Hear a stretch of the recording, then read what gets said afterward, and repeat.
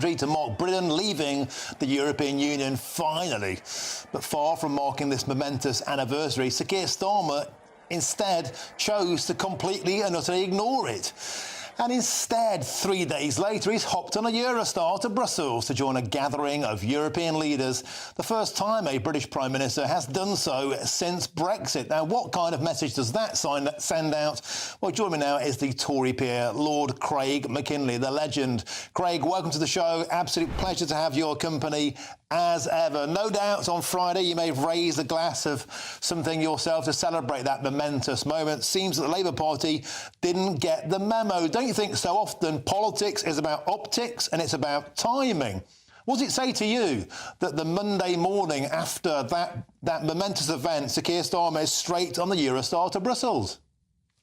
Well, I certainly do know that 5 years ago I was at a very, very sound party with people that you'd certainly agree with, I'm sure, Martin. But yes, what did Starmer do during all of those Brexit war years between 16 and 19? He was always scratching away, trying to ask for a second referendum, asking for single market, asking for free movement. You know, he hasn't really changed, has he?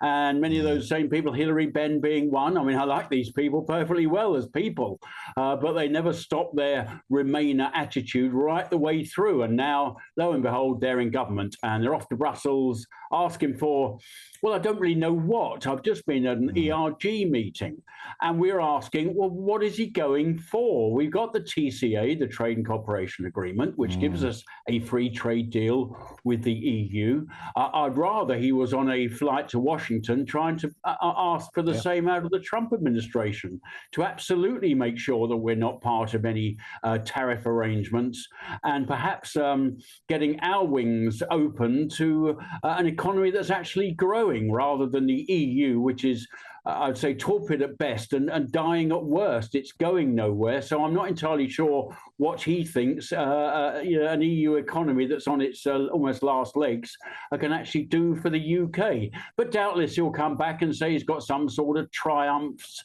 and those triumphs will be paid for by the UK taxpayer as normal. One of them, of course, is mobility for the youth. Now, on the first blush of it, we allow a youth mobility visa for many of the old Commonwealth countries, but expanded to Uruguay, strangely, and Japan. I mean, if it's a basis like that, I don't think I'd have, to be honest with you, even from me, too many problems. But they're talking about allowing Erasmus and allowing their students to come to UK universities. Would that mean they'd be part of the student loan system again and then disappearing back to the EU, not paying their debts that the UK taxpayer has been paying for all of these years? So it's all a little bit peculiar what he is going for. And as I say, I think he's going to the wrong part of the world. And funny enough, there's a speech around about 3:40 today. We're going to cover that. Sir Keir Starmer with the chief of NATO. Defence. I mean, we have a great defence agreement with NATO. Already NATO predates the European Union by decades. What on earth is all that about? But I wanted to ask you in particular, Lord McKinley, about net zero alignment. Now, I know you're the chair of the Net Zero Scrutiny Group, and I know last week you were speaking in exasperated tones about the fact Ed Miliband is getting quadrilla to concrete over its drilling sites. There goes the entire British shale industry at the drop of a hat. And the alignment with the European Union on net zero rules, that's what caused the collapse of the Norwegian government last week, because it means that whatever we do anywhere in our agreement with the European Union, we have to adhere to strict net zero laws. And it's things like this creeping bureaucratic red tape, Lord McKinley, I thought we were clear of. Well, exactly. There's two things. We've got the emission trading scheme. We used to be part of the EU-wide one while we're EU members. We've now got our own trading scheme. That's not to say it's a good scheme, because what it does, every pound that is paid in a trade cost of these type of schemes costs money, costs you and I money. It means gas is more expensive. It means everything we do is more expensive. Now, perversely, the UK one for many years has been more expensive than the EU one. Just currently, the EU one is more expensive than ours, but that's the way it goes. But I mean, it would be a scheme by which we have got no control. we had very little control while we were one voice out of 28 when we were EU members. We're not EU members anymore, but it seems to me that our PM wants to sign up to something in which we don't even have a voice at all. But perversely, we are banning cars from 2030 or new petrol and diesel. The EU has actually pushed it out to 2035. So on some things, maybe it's not as mad as Mad Miliband. But no, these things should be under our control, our democratic control. And you know my view on net zero is the stuff of yesteryear. It is a Monty Python dead parrot. We should move on and get cheap energy like the rest of the world is doing. We should be on drill, baby, drill. We have a very, very sound potential gas field for fracking. As you quite rightly said, I worked very hard with the government, pleading within my government to stop that concrete cap going on quadrilla's wells. Now that has been rescinded, and they're going to have to spend multiple £1 million plugging those potentials for UK gas. And all the while, we'll be buying more and more gas from Qatar and the USA and other countries. I mean, the way we're going, we'll run out of football clubs for Qatar to buy. But we'll have to meet that when we come to it. But no, our energy policy is truly mad. And I think where Trump is going, I'm hoping we may follow. We might actually see that it's rather good for our economy to have low-priced energy. It's rather good for consumers that are feeling the pinch to have low-priced energy. It's perfectly possible. And a really interesting study I saw just last week, over the last 5 years or so, our consumers have paid £59 billion more in domestic energy costs than the equivalent if we'd had US energy costs. That's £59 billion that consumers could do some rather nice. We have to leave it there, I'm afraid. Thank you very much, Lord Craig McKinley, for joining us on the show today, because we have to cross live now to Brussels, because the Prime Minister has just arrived. And let's cross now to GBNews political editor Chris Hope, who is live in my old stomping ground there of Brussels. So the PM has touched down in Brussels.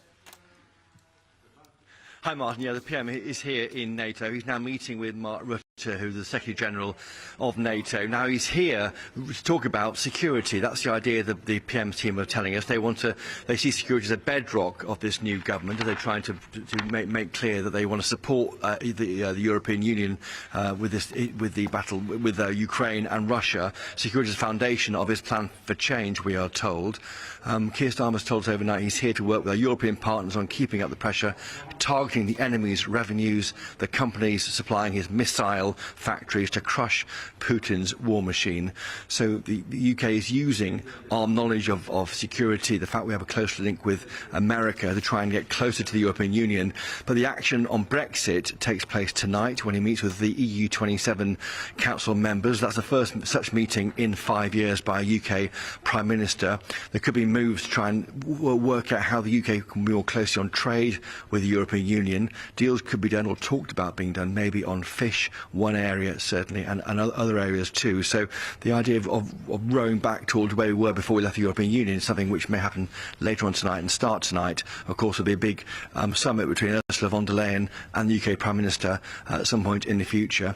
He may even bump into the PM of Denmark at the same meeting. That could be awkward because, of course, Donald Trump has ideas. He wants to try and maybe evade or buy Greenland. Of course, it's a Danish kingdom. Denmark might be looking for friends amongst EU and NATO colleagues to try and push back against what Trump wants to do. So, the arrival of Trump in America, in Washington, is certainly an issue, I think, affecting all the talk here in NATO. You know, Chris, I remember well. There's plenty of subsidised lunches in Brussels, but there's no such thing as a free lunch when it comes to negotiating with Brussels, and anything that Keir Starmer wants from Brussels will come at a price, and those prices will invariably and inexorably mean surrendering or rowing back on those things we fought so hard for during the Brexit referendum, on freedom of movement, on net zero alignment, on fishing quotas, on trade. Brussels won't just give us what we want. They're going to drive a hard bargain. Well, you mentioned there two of the areas I think there might be a deal being done, notably on youth movement, 18 to 30-year-olds having freedom of movement, and also fisheries. But there are some very clear red lines that we've been told about by Sir Keir Starmer's team. There is no rejoining of the customs union or the single market, or going back to allowing freedom of movement for anyone to travel between EU and UK. Those are the red lines we're told about repeatedly. But no question, there might be some deals done on the sidelines. The question is, if we do too many deals with the European Union, how will that affect our relationship with the US? Yet again, not for the first time. In fact, the UK has been trying to make a choice in this idea between close links to Europe or to the US for 50 or 60 years. That will carry on. I think Brexit draws that into even sharper focus. Okay, our man in Brussels, Chris Ho, will be crossing back to you throughout the show. Thank you very, very much for bringing us up to speed. And now let's bring in the former Labour Special Advisor and the columnist, Paul Richards. Paul, welcome to the show. It beggars belief to many people looking on that on the 5th anniversary of Brexit, Sir Keir Starmer is rowing closer to Brussels. This isn't what people voted for. Why is he not on a plane to Washington? Well, let's be absolutely clear. He's visiting NATO, and the purpose of his visit today and the speech that we'll be going live to shortly is to talk about European defence and security at a time when Europe is under threat from Putin's invasion. So I think he's right to be there now. Now, that's not to say that the talks on trade that are going on with the Americans are not going on at pace, because, of course, they are behind the scenes. We are genuinely worried, I think, that we're going to have tariffs placed on us, as I've been warning for weeks now, that Trump will damage the British economy. And why libertarians like Greg McKinley are celebrating Trump when he's about to tear up free trade, the core of their ideology, and damage jobs all over the world, in some sort of bizarre desire to win a deal with every country in the world at the expense of God knows what. I just don't know. I mean, we are in a very fragile moment. Anyway, he's in Brussels. We're not going back into the EU, but he is talking about our security and defence. Quite right. But we're not going back into the EU with a referendum, not yet at least. I mean, it looks like that's the direction of travel. Don't forget, Sir Keir Starmer headed up the People's Vote movement to reverse Brexit. But this is worse in a way. It's like piecemeal deals, rowing back on what we voted for. We voted to leave the European Union and its entire regulatory orbit. And here we are getting closer on all sorts of areas. We have to move on. I'm afraid we simply ran out of time, Paul. Sorry, we've run out of time, Paul Richards. Thanks. Yeah, sorry, mate. Talk to you again another time. Still to come, the tool theft epidemic that's blighting Britain. I met the lads outside of Parliament Square earlier on. They'll be in the studio momentarily. I'm Martin Daubney on GB News, Britain's News Channel.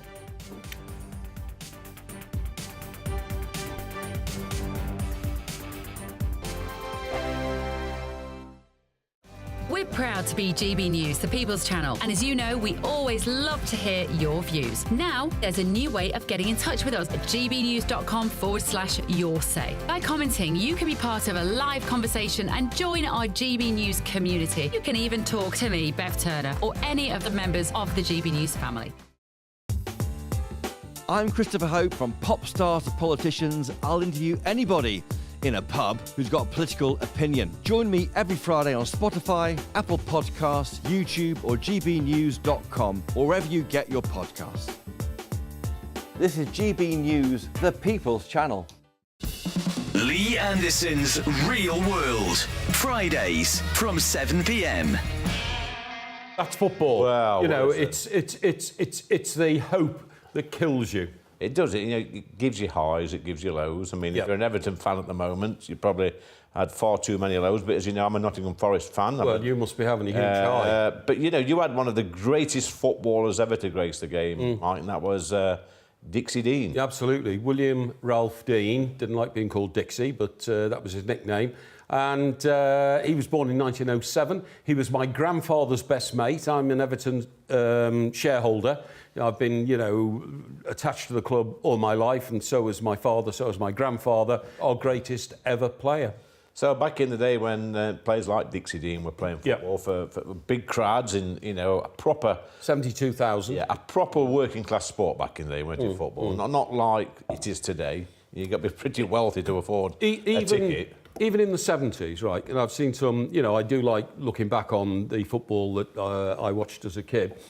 Even in the 70s now, I've seen pictures of the the turnstiles, as we used to call them, with a sign at the top, 5 shillings for the Eastern Terrace. 5 shillings. Yeah. Last time I turned down a ticket to go to a football match was Arsenal, who wanted me to pay £830 for a seat in an executive lounge. And though I could have afforded it, because I've worked all my life like you, I just thought at that point, that's ridiculous. Well, you should have told him you were Keir Starmer's security man. You'd have probably got him for nothing. Yeah, well, that's a good idea. Yeah. But you know, you go back to the the 1930s and 1940s, even the 1960s and 70s. You know, the footballers would walk to the ground and play a game, and then walk back and go for a few beers in the pub. GB News, the People's Channel. Join me, Nana Akweer, for an informative, interactive news programme with a difference. It's fun. No, he didn't say that, Dave. I'm so surprised. I think there's an element of truth to that. Join me from 3 p.m. every weekend, only on GB News, Britain's news channel.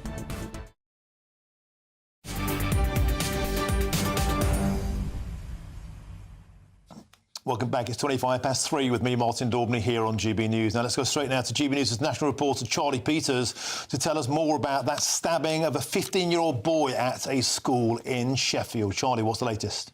Well, Martin, a 14-year-old boy has been detained by the police, South Yorkshire Police, after that stabbing of a 15-year-old at the All Saints Catholic School in Sheffield. We understand that 15-year-old has serious injuries and the family have been informed. And the school is in lockdown, which means that nobody goes in and nobody goes out. Although we are being told that in the last half hour, some pupils have started to leave in groups. Local reporters on the scene have seen some children in uniforms leaving the school under supervision.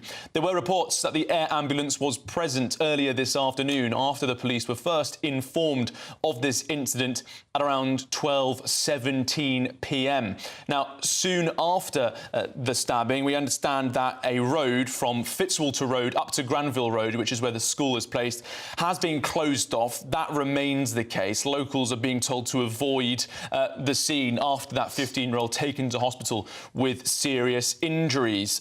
The police said they'd like to reassure parents of pupils that they do not deem there to be a further risk at the school, and they expect to share further updates when possible. We've also been told that the neighbouring Seven Hills School in Sheffield is also reportedly on lockdown, although there's no information to suggest any incident took place at those grounds. Now, the head teacher of All Saints, Sean Pender, sent out a statement about today's incident to parents, saying that they have dealt with an extremely serious incident in school, resulting in us going into lockdown procedure. They said that the incident involved 2 students, one of whom we believe has been seriously injured. And Mr. Pender said that all other students are contained and safe. So that's a 14-year-old being detained by South Yorkshire Police, a school in lockdown, and a 15-year-old in hospital with serious injuries, and their family informed after reports of a stabbing at a school in Sheffield. Thank you, Charlie Peters. Such events becoming tragically commonplace. Thanks for bringing us up to speed on this latest incident in Sheffield. Now, moving on, tradesmen are calling tougher sentences for tool thieves as research revealed that tens of millions of pounds worth of tools are stolen from vans every single year. Now, many of them have been taking part in a demonstration in Westminster today. In fact, I was out there shaking hands with the lads. And to discuss this, I'm joined in the studio by the CEO of On the Tools, Lee Wilcox. Lee, welcome to the show. So, as I walked through earlier, like hundreds of vans all around Parliament Square. You're seriously not happy about tool theft, and some of these statistics are astonishing. Tell our viewers about how bad this plague is.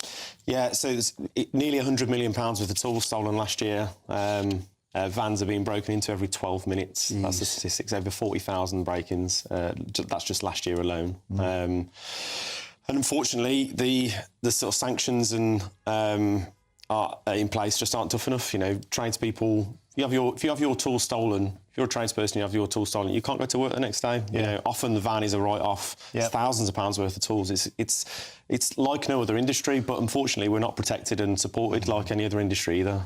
And some of the stats, 78% of tradespeople have had their tools nicked. In fact, a lot of my mates have had the same thing. And you're right, they're going through the side of vans, they're ploughing through the side of the vans, so the vans are write-off. 94% of these tools are never recovered. 3/4 of those who do get nabbed, which is a tiny amount, they don't even go to prison. Non-custodial sentences. It's an absolute blight on tradies. What can we do about it?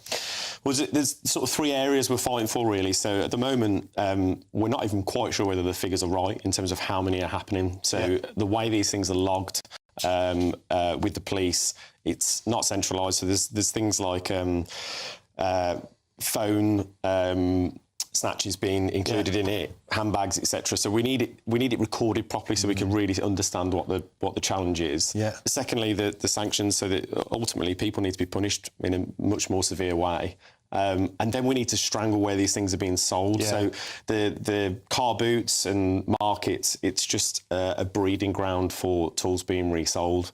We need to stop that from happening. The law needs to change. That is one of the things that will move thieves on. Ultimately, at the moment, what do they know? They know that if they steal something out of someone's van, they're probably not going to get caught for it. And then secondly, they know they can get rid of it straight away.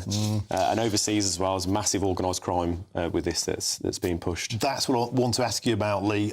Is there a feeling this is now organised, transcontinental? So we see with phones, they're getting nicked in Britain, they're out of the country, toot sweet, and it's untraceable, and people are just getting away with daylight robbery. Yeah, well, it's the same problem. There's definite organised crime moving things out of the country. It's one of the things that the police are trying to stop. The police have been great today. They've supported it really well, but ultimately there has to be change right at the top. You know, if the law doesn't change and the sanctions aren't tougher, this will continue. And you know, ultimately, in a world where the government and Labour are pushing the fact that we've got a shortage in houses. Who do you think builds them? You know, the roads we drive to work on, the rails that we come in on, the schools that our kids are educated in, the hospitals we're looked after in, the homes we live in. It's all construction, and the trades are never looked after in the way that we want them to. And on the tools, this is why we're pushing for this change. Absolutely bang on. Now, the big question is, are you getting anywhere politically? Are you turning the screws, as it were, on Parliament? We've got son of a toolmaker as a Prime Minister. Is he sticking up for those who are getting their tools nicked? Listen, what we're hoping for change today, I think there was definitely... So this is the second van rally that's been organised. So Trade United, Schweb, the leader of that, is the guy who's organised today. Did this last year in May. There was nowhere near as many people even at Parliament Square, whereas today we've got double the amount of vans, nearly 400 vans there today, but more press coverage, more media, MPs down there as well. So we're praying that there's change, and if there isn't, we'll be back again, because this is something we're just not going to stop fighting for. Can I quickly ask you, just got a quick minute, as well as the financial impact, I know this can have a terrible mental health impact on traders who are losing their livelihoods. This is the serious business needs sorting out. Huge. You know, unfortunately we have the highest suicide rate of any industry. 700 people a year take their own lives in the construction industry. It's what we launched the Lost City last year to try and support tradespeople through therapy. But, you know, you imagine you're a tradesperson, you wake up one morning and you're already in financial struggle, or you haven't been paid, or there's lots of struggles they go through, and then you go outside and all of your tools have been stolen. That can be the turning point where you do try and take your own life. And the mental health impact on tradespeople is huge. 85% of people surveyed through our community worry about having their tools stolen every day. Look, you're doing God's work, Lee. All the best, mate. Lee, thank you very much. Keep up the pressure. Now, we've got a statement we have to read out. That's from the Labour Party. They say they plan to bring back neighbourhood policing with 13,000 neighbourhood officers to crack down on crime and keep our streets safe. Thanks once again to Lee Wilcox for joining us in the studio. There's loads more still to come between now and 4 o'clock, including we'll be crossing live to Brussels, where Keir Starmer will be speaking. But is he on a path for a great Brexit betrayal? First is your headlines, and it's Aaron Armstrong. Good.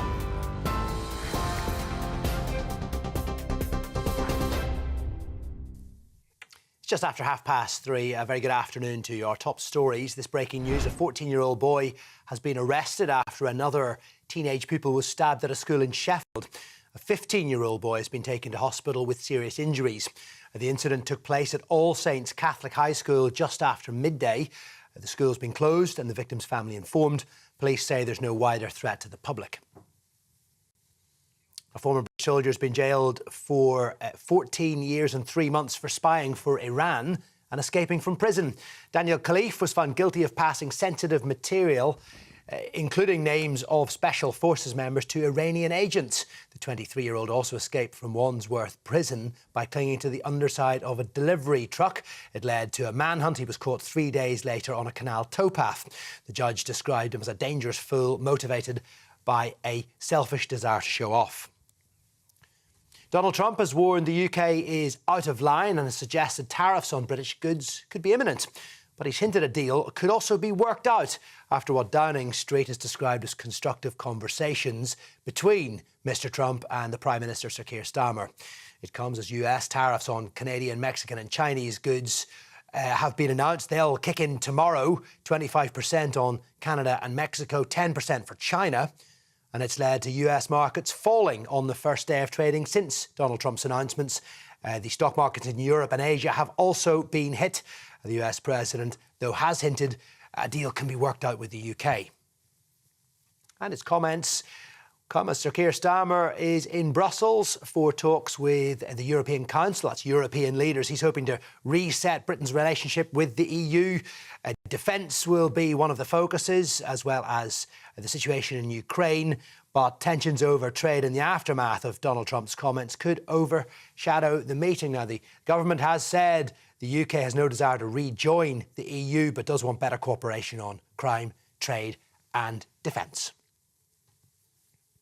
Those are the headlines for the moment. I'll be back with more at the top of the next hour.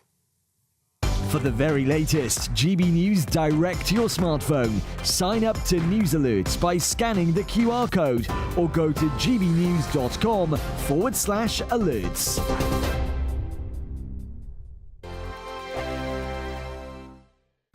Welcome to your latest weather update from the Met Office here on GB News. Some wet weather around tonight and tomorrow. Once that's out of the way, though, much of the rest of this week looks dry. It will be milder tonight compared to last night. So there's a cold front swinging in, tied to a deep area of low pressure. That's across Iceland, but this front itself bringing some pretty soggy conditions through this evening across western Scotland and through Northern Ireland as well. For much of England and Wales, dry and fine this evening. Some drizzle across the far southeast, where it will turn quite murky. A few fog patches likely here through the night. And there's the rain sweeping into southern Scotland, across Northern Ireland. Got a Met Office yellow warning in place for southwest Scotland, where that rain could really build up here. Temperature-wise, as I said, milder than last night. We could dip close to freezing with some clearer skies over northeast England, but mostly we start Tuesday a few degrees above zero. We are going to start off with quite a lot of low cloud across East Anglia in the southeast, something a bit brighter for the Midlands, northeast England. There's the zone of rain, quite a wet start for North Wales, parts of northwest England and southern Scotland. But the rain already shimmying away from northwest Scotland and Northern Ireland. But as the rain clears, skies may brighten for a time, but we're also going to see showers coming in here. Now, it's going to be quite windy, especially close to this rain band, this weather front, and it only slowly edges its way across Wales through the morning into southwest England, so rain working in here, eventually across all of northwest England, clearing from the central belt of Scotland. And then showers come into northwestern parts of Scotland. Much of eastern England staying dry, probably brightening up a little here through the day. And actually quite mild temperatures for many, eventually getting up to double digits. Now the rain band, that weather front, will creep into eastern England through Tuesday evening, but kind of fizzle out as it does so nothing too heavy. And once that's out of the way, look at this, high pressure moving in. That's going to bring many of us dry conditions for the rest of the week, but an easterly wind may pick up at the end of the week. The latest GB News travel. Good afternoon, I'm Alan Wright. In Nottinghamshire, the A1 northbound is partly blocked after a collision near the Newark Showground, the turn-off for the A46. In Essex, the A12 northbound is partly blocked after a collision just after junction 21 for Whittam South. In Bedfordshire, the M1 northbound, that's partly blocked for repairs there before junction 12 for Flitwick and Harlington Road.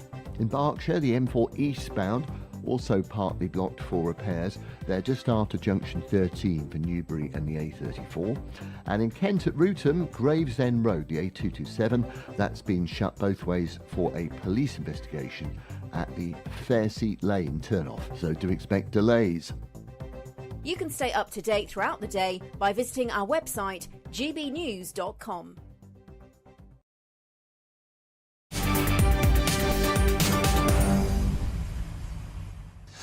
Welcome back. Your time is 3:38 with me, Martin Daubney, here on GB News. Now let's return now to our top story today, and that's the Prime Minister is in Brussels 3 days after, of course, refusing to mark the 5th anniversary of Brexit.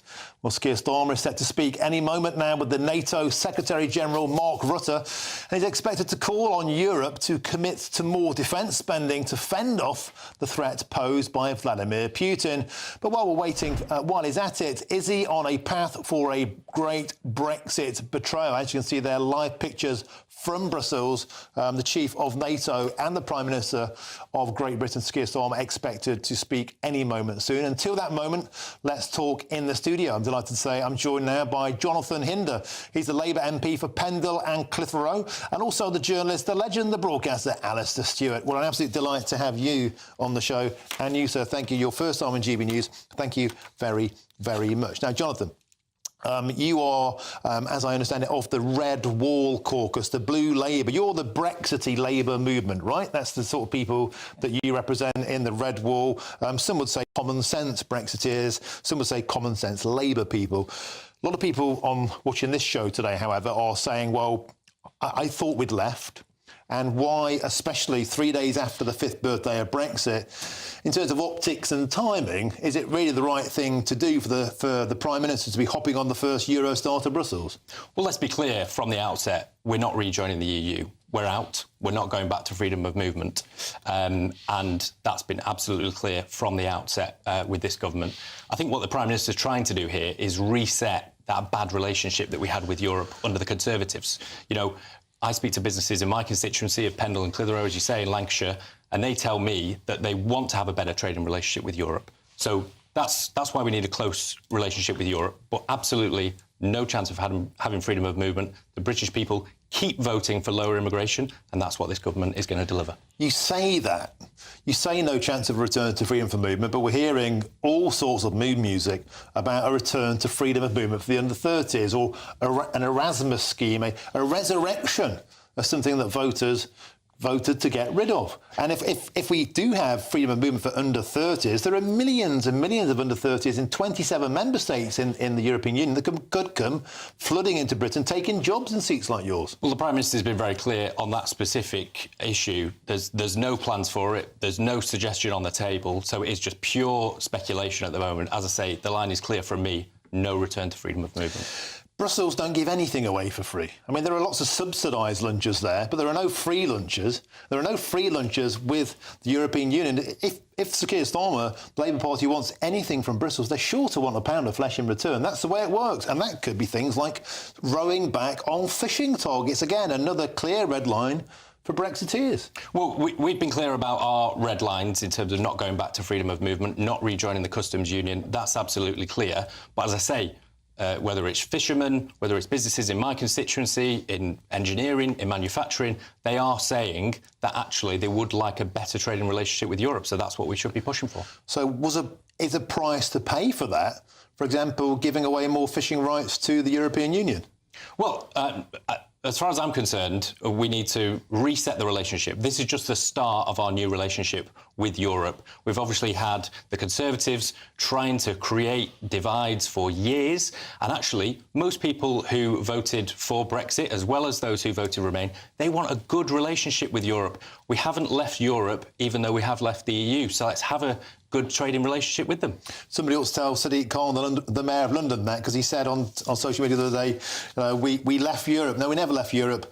We left the European Union, a completely separate thing. Who better to bring in now than Alistair Stewart? Alistair, the fact of the matter is, politics is about optics. It is about timing. Yeah. And so soon after the 5th anniversary of Brexit, is it the right thing? Is it the right message to send now for the Prime Minister to be cozying up to Brussels like this? I don't think it is. And I think it's another example of a relatively inexperienced party leader and Prime Minister showing some international ineptitude. I mean, the big game today is about trade wars, and trade wars are an absolute nightmare. There are no winners in trade wars. I mean, I can remember Tony Blair arguing with Bill Clinton and then George Bush about European Union, US trade wars over things like cashmere wool and sweaters and Scotch whisky.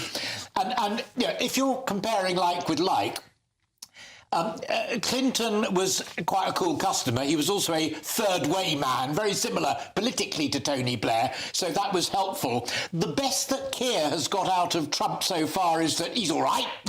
He seems quite a nice bloke. I've spoken to him at dinner a few times. So long as he doesn't reintroduce David Lammy to the equation, then maybe things will be okay. I mean, I think Keir's best bet today is that he's talking NATO and he's talking expenditures. Once Labour saw the light on the defence of the nation as being a key thing that the jury was out on as far as the electorate was concerned, that penny dropped.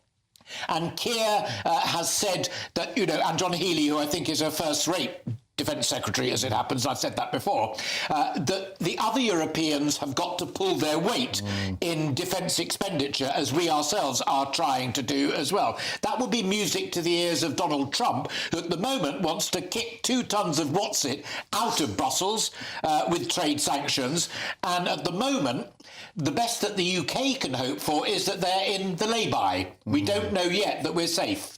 And I wonder, Jonathan Hinder, if I could bring you back in now on that point. There are 2 trading deals to be done at the moment. There's one with the European Union, which is sinking. Let's face it, Germany, the powerhouse, the old powerhouse of the European Union, was in trouble before Donald Trump started talking about trade tariffs. I mean, the automotive industry has taken a battering today.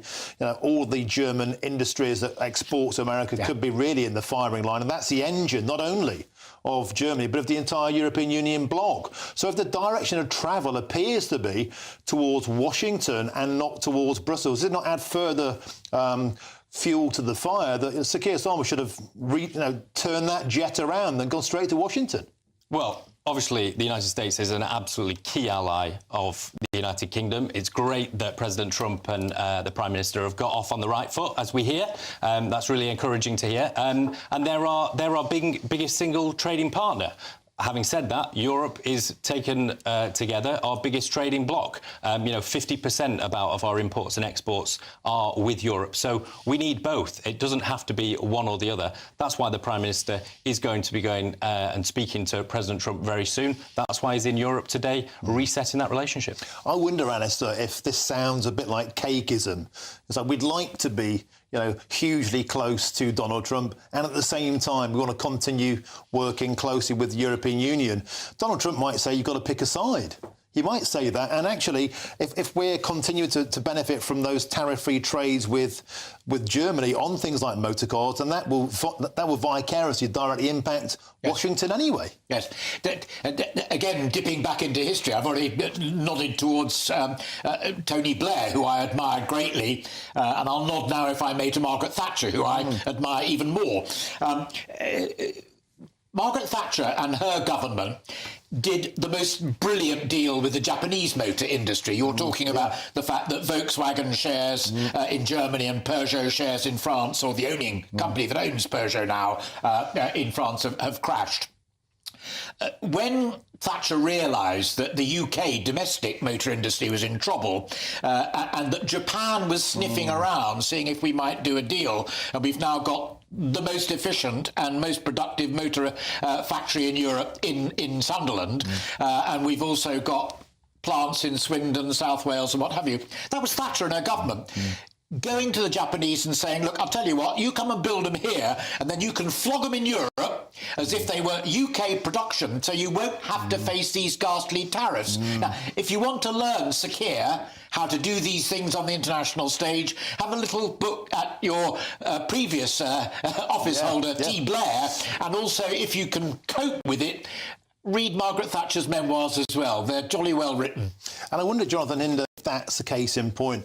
The tariffs might not impact the UK too hard because we hardly make anything anymore. The tariff is, it's about 10% of our exports are actual material goods, 90% being services, which wouldn't fall foul of any kind of tariff from Donald Trump at the moment. But we don't make anything. We've outsourced everything. We've sold our souls to cheap labour abroad. Isn't that the point? And isn't another point, none of this is going to be possible now because of Labour's net zero policies. How can we compete with energy when we're basically self-immolating, filling in shale gas wells on the order of Ed Miliband? If we want to be competitive, we need to ditch net zero.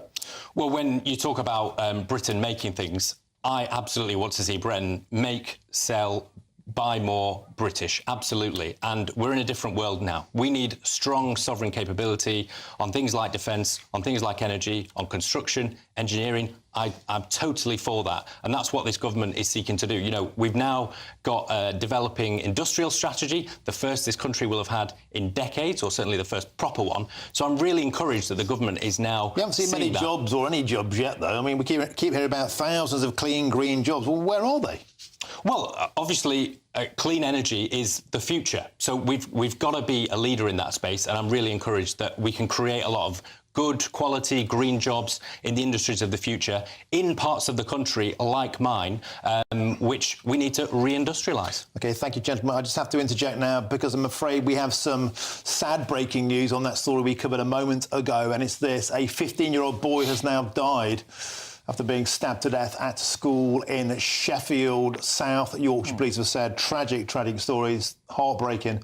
Let's go straight now back to GBNews' national reporter Charlie Peters for a full update. Charlie Peters, horrendous story. Bring us up to date.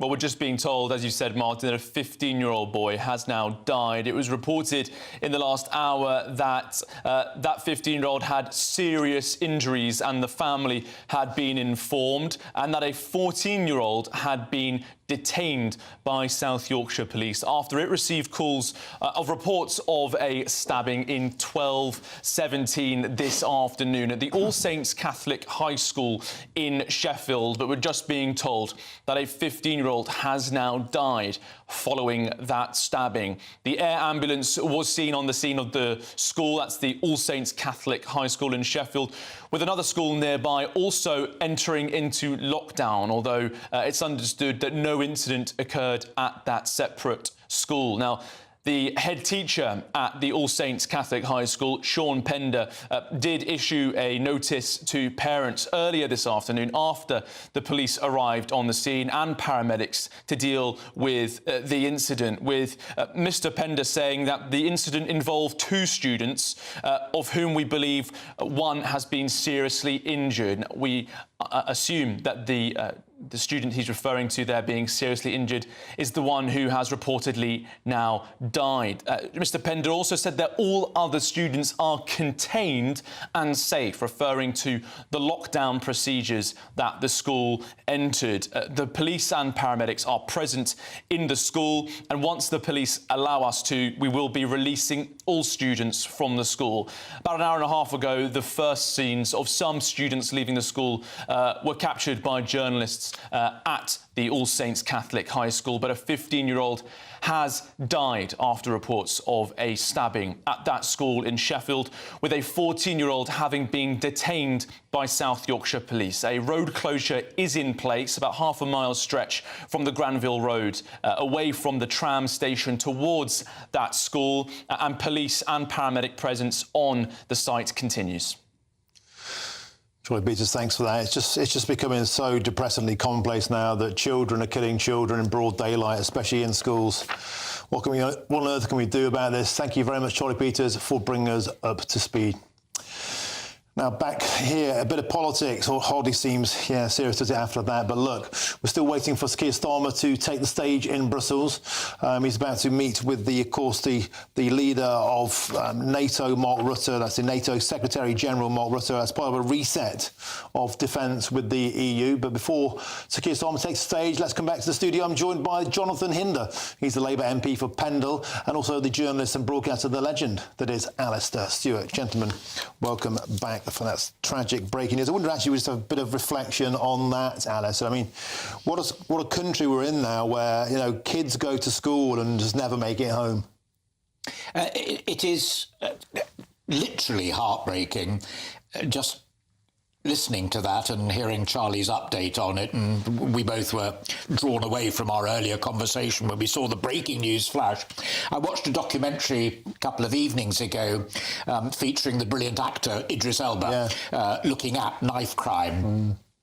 And I think there is a challenge to His Majesty's government in the sense that Idris said that he genuinely couldn't believe that some of these weapons could still be purchased just online, ticka, off you go, and order it, and great machetes and jaggedy knives. It was quite extraordinary.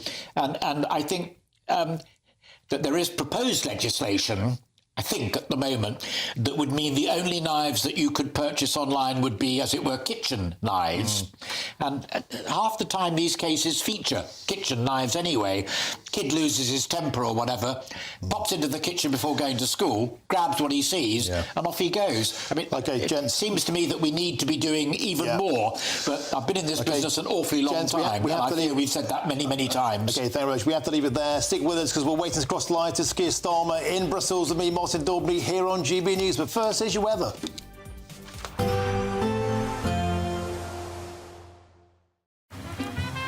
Despite the morning rain, it'll be a nice, warm, cosy day ahead. Boxed heat pumps, sponsors of weather on GB News. Welcome to your latest weather update from the Met Office here on GB News. Some wet weather around tonight and tomorrow. Once that's out of the way, though, much of the rest of this week looks dry. And it will be milder tonight compared to last night. There's a cold front swinging in, tied to a deep area of low pressure. That's across Iceland, but this front itself bringing some pretty soggy conditions through this evening across western Scotland and through Northern Ireland as well. For much of England and Wales, dry and fine this evening. Some drizzle across the far southeast, where it will turn quite murky. A few fog patches likely here through the night. And there's the rain sweeping into southern Scotland, across Northern Ireland. Got a Met Office yellow warning in place for southwest Scotland, where that rain could really build up here.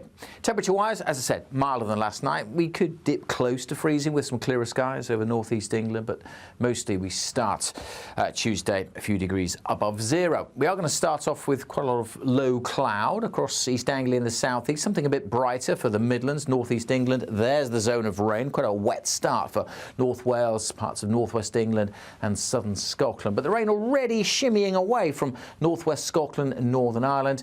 But as the rain clears, skies may brighten for a time, but we're also going to see showers coming in here. Now, it's going to be quite windy, especially close to this rain band, this weather front, and it only slowly edges its way across Wales through the morning into southwest England, so rain working in here, eventually across all of northwest England, clearing from the central belt of Scotland. And then showers come into northwestern parts of Scotland. Much of eastern England staying dry, probably brightening up a little here through the day. And actually quite mild temperatures for many, eventually getting up to double digits. Now, the rain band, that weather front, will creep into eastern England through Tuesday evening, but kind of fizzle out as it does so nothing too heavy. And once that's out of the way, look at this, high pressure moving in. That's going to bring many of us dry conditions for the rest of the week, but an easterly wind may pick up at the end of the week.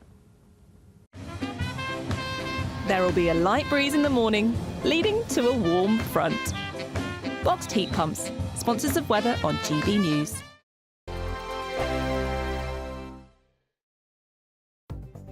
The latest GB News travel. Good afternoon, I'm Alan Wright. In West Yorkshire, the M1 southbound is partly blocked by a breakdown. It's between junction 40 for the A638 and junction 39 for Wakefield. In Bedfordshire, the M1 northbound is partly blocked for repairs. They're blocking the inside lane just before junction 12 for Flitwick and the A5120. In Essex, the A12 is partly blocked northbound after a collision involving a lorry after junction 21 for Whittam South. Queues there back to junction 20A. And in Berkshire, delays on the M4 eastbound. That's partly blocked for roadworks just after junction 13. That's a turn off of Chieveley, and the A34s do expect delays. You can stay up to date throughout the day by visiting our website, gbnews.com.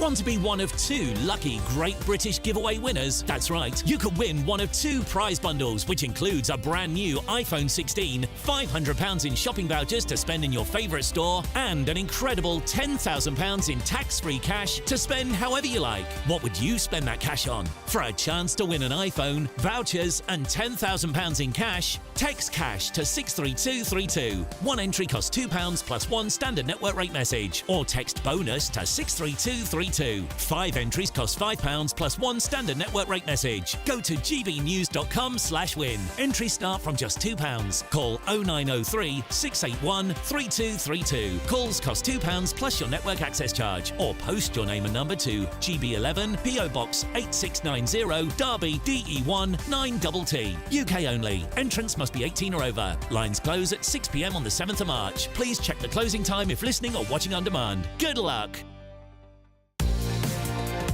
Mornings don't have to be tiresome, especially if you have the right company.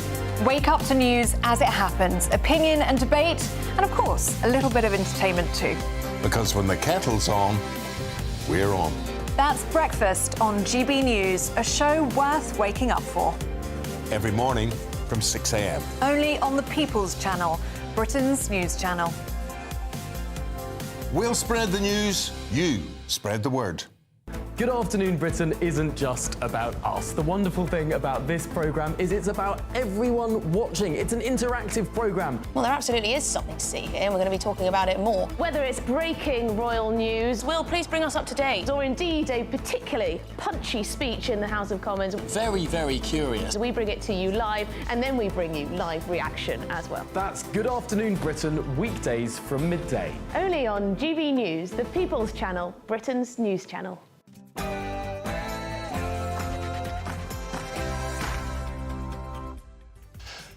A very, very good afternoon to you and a happy Monday. It's 4 p.m. Welcome to the Martin Daubney Show here on GB News. We're broadcasting for you live from the heart of Westminster and all across the UK. On today's show, on Friday, 17.4 million Brits celebrated the 5th anniversary of Brexit. But on Monday morning, Sir Keir Starmer was on the first Eurostar to Brussels to begin Brexit reset talks with the European Union, with concessions feared on freedom of movement, on net zero targets and on fishing quotas. It's Brexit being surrendered, one treaty at a time. And Donald Trump has launched a blistering trade war with Canada, Mexico and China to stem the tide of illegal immigrants and drugs into the United States. With his crosshairs next set on the European Union, might Britain escape Trump's wrath for now? And fur is flying north of the border after the SNP announced it's trying to ban cats.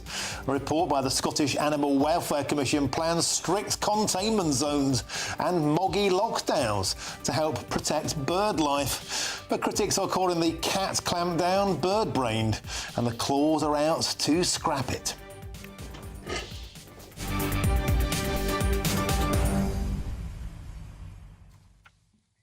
Let's return now to our top story this afternoon. It's this. The Prime Minister, Sir Keir Starmer, is in Brussels 3 days after refusing to mark the 5th year anniversary of Brexit. Well, Sir Keir Starmer is set to speak any moment now with the NATO Secretary-General Mark Rutte. But ahead of that, I'm joined in the studio by Jonathan Hinder. He's the Labour MP for Pendle and Clitheroe, and the journalist and the broadcaster, the legend, who is Alistair Stewart. Gentlemen, welcome to the studio. Pleasure to have both of your company. Jonathan, I'm going to speak to you first as a Labour MP. Big moment for Sir Keir Starmer in Brussels, talking to the NATO chief. Have you got any idea what's going to be in this speech, or are you about as up to clue as those of us who are just blagging it from, I don't know, leaks? Well, we're talking about a closer defence and security relationship with our partners in Europe and in NATO. We've obviously set out already that we're going to be going for 2.5% of GDP on defence. We're going to set out how we do that in the spending review this spring. And we're obviously urging our allies to do likewise, because in this world that we're facing now, that's what we need to do. Do you think that's going to be enough? I mean, there's a certain Donald Trump who's been talking about NATO for years, and countries not putting their weight in. You're absolutely right. When you look at some of the countries, there's a piffling amount. I mean, an absolute joke of an amount they put in. Tiny tiny amounts, and that includes Germany. You know, geographically, you know, the ones who would seek to benefit the most. What if Donald Trump said, actually, it's 5%? Where's the money coming from?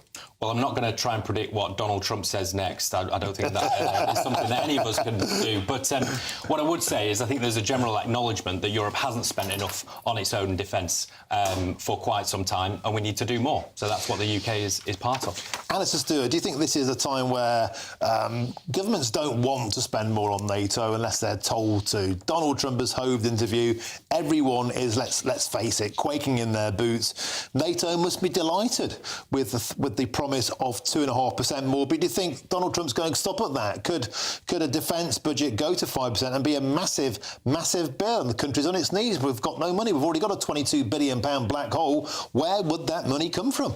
Well, I have absolutely no understanding from anyone or any source at all that Trump is seeking to inflate the target figure. I mean, he's simply saying, as George Bush said before him, it's time for everyone to pull their weight. OK, I'm afraid we have to interrupt now because Keir Starmer is speaking live in Brussels. It is great to see you again, and I'm delighted to welcome you here to NATO headquarters. Thank you. The United Kingdom, as you know, has always been a staunch and essential ally. You are one of the founders of our great alliance. RAF pilots help secure Allied skies. The Royal Navy helps keep our seas safe. And the British Army contributes to our shared security. You are world-leading in cyber and innovation. And you make an invaluable contribution to our nuclear deterrent. The UK is also a firm friend to Ukraine. You have provided billions in military and humanitarian aid, vital training and landmark security guarantees. Going forward, we must not only sustain but continue to step up our support so that when the time comes, Ukraine can sit at the negotiating table in a position of strength to pursue a good deal for lasting peace. Our world is increasingly more dangerous. We must be better equipped to meet any threat across all domains, both now and in the future. Russian destabilization campaigns in allied countries are on the rise. They have targeted digital infrastructure, British officials and even your National Health Service. Just last month, once again, you detected a Russian spy ship in British waters. And you made it clear to Moscow that such brazen acts were simply unacceptable. To stop these attacks once and for all, we need to up our game and make sure our deterrence leaves no room for doubt. We can do this by investing even more in defence. To put it in another way, to prevent war, we must spend more. The UK understands this instinctively. You have long met the 2% target, and I welcome plans to further increase investments in defence. Because in a more dangerous world, 2% will not be enough to keep us safe. We need to invest considerably more. We also need to replenish our stocks, and fast. There's no time to waste. Reviving our defence industries to ramp up defence production is an absolute must. During World War II, factories in the UK and the US produced billions of rounds of ammunition. That was before digitization and automation. With all the might of British manufacturing, just imagine what we could achieve now. The challenges we face are complex, but together in NATO, there's nothing we cannot do. So thank you for your continued leadership and support of our transatlantic alliance. Prime Minister, dear Keir, the floor is yours. Well, thank you, Mark. It's very good to be here. I should say it's very good to be back here. And as you know, the UK's commitment to NATO is stronger than ever because the need for NATO is stronger than ever. And we've had a very good and productive discussion today on how we can meet the rising threats that Russia poses across our continent, including the situation, of course, in Ukraine. Now, a couple of weeks ago, as you know, I was in Kyiv. I saw residential buildings destroyed just days before. I met soldiers in the ICU recovering from really terrible burns. And I met children whose parents are out there now on the front line. And it's yet another reminder that this is a war not just in Ukraine, but a war on Ukraine against those children and their futures. And that's why together we stand with them. We are all working to end this war. But let's be absolutely clear. Peace will come through strength. And we must do all that we can to support Ukraine's defence. And that means stabilising the front line, providing the kit and training that they need. And that's why this year the UK will give more military support to Ukraine than ever before. We need to see all allies stepping up, particularly in Europe. President Trump has threatened more sanctions on Russia, and it's clear that that's got Putin rattled. We know that he's worried about the state of the Russian economy, so I'm here to work with our European partners on keeping up the pressure, targeting the energy revenues and the companies supplying his missile factories to crush Putin's war machine. Because ultimately, alongside our military support, that is what will bring peace closer. And we must keep working together to bolster NATO.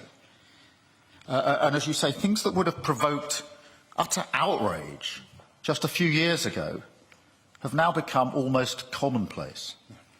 Russian spy ships loitering off the British coast, a campaign of sabotage across Europe, cyber attacks, election interference and attempted assassinations. Russia is seeking to destabilise our continent and target our values. So we should still be outraged, and we must harden European defence. In the UK, we're proud to be a leading NATO ally, part of the forward land forces, helping to police our skies and patrol our seas. Our defence spending is, of course, 2.3% of GDP now, and we're working hard to set the path to 2.5. And NATO's plans and requirements, as well as the principle of NATO first, will be at the heart of our strategic defence review this year. Across Europe, we must shoulder more of the burden now, because it's our burden to carry. Now, that's what I'll be discussing at the EU Council this evening. We want to deliver an ambitious UK-EU security partnership to bolster NATO, covering military technology and R&D, improving the mobility of forces across Europe, protecting our critical infrastructure, and deepening our industrial collaboration to increase defence production. We can't be commentators when it comes to matters of peace on our continent. We must lead, and that's what I'm determined that we will do. Thank you so much, Mark. All right, we now have time for a few questions.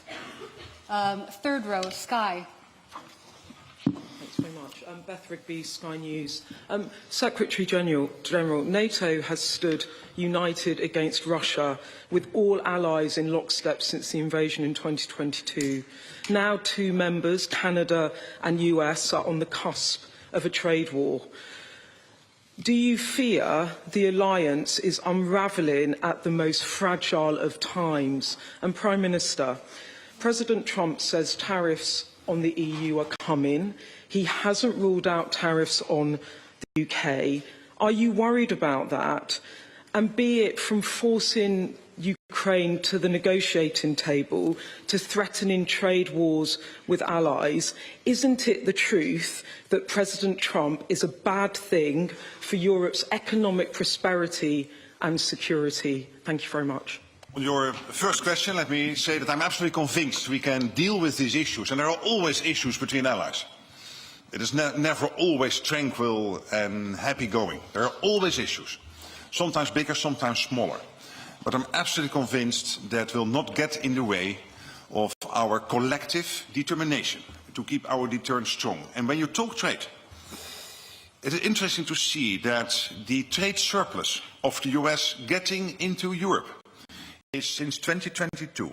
They sell more to Europe than we sell them. And the net surplus is $180 billion since 2022. So that tells you something, that there are more to look at. But going back to your question, I'm absolutely convinced it will not have an impact on our collective returns. Thank you very much, Beth. Look, on the question firstly of tariffs, obviously it's early days, and I think what's really important is open and strong trading relations, and that's been the basis of my discussions with President Trump. And I know that intense US-EU discussions are planned. In relation to the issue that you link it to of Ukraine, I do think it's right for us to acknowledge the role that the US have played in relation to the joint effort on Ukraine. And that's, of course, pivotal because it's not just a question of a war or the sovereignty of Ukraine. It is not just a European issue. It's a question of global security. And I think it's very important that we see it in that context. And one thing that's come out of the awful conflict in Ukraine is actually a stronger and bigger NATO, which I think is really important. And as you know, in the Labour Party, we're really proud of the fact that we're a founding member all those years ago in relation to NATO. I think NATO is as important now as it was back then, and it's really important that it's in a stronger position. I think the discussions that we've been having between us today and the discussions I'll have later on this evening are about how we take that forward and strengthen it even further, because there has to be a very strong European element to the defence that we are providing in really difficult times. Thank you. All right. BBC, second row, please. Oh, there it is. Thank you. Chris Mason, BBC News. Questions on a similar theme, if I may. Secretary-General, what would you say to NATO members currently falling out with each other in public over tariffs? And what's your message to the United States and Denmark as they are feuding over territory? And Prime Minister, would you be willing to water down your reset with the European Union in order to keep President Trump on side? Thank you. On tariffs, clearly that is not what NATO is about. Maybe I shouldn't comment too much on that, other than saying that when you look at the defence industrial base, it is clearly it's very clear that the US is selling much more into Europe than Europe is buying from the US. And by the way, collectively, we have to produce much more. There is so much money floating around, and much more will come in because we are spending more.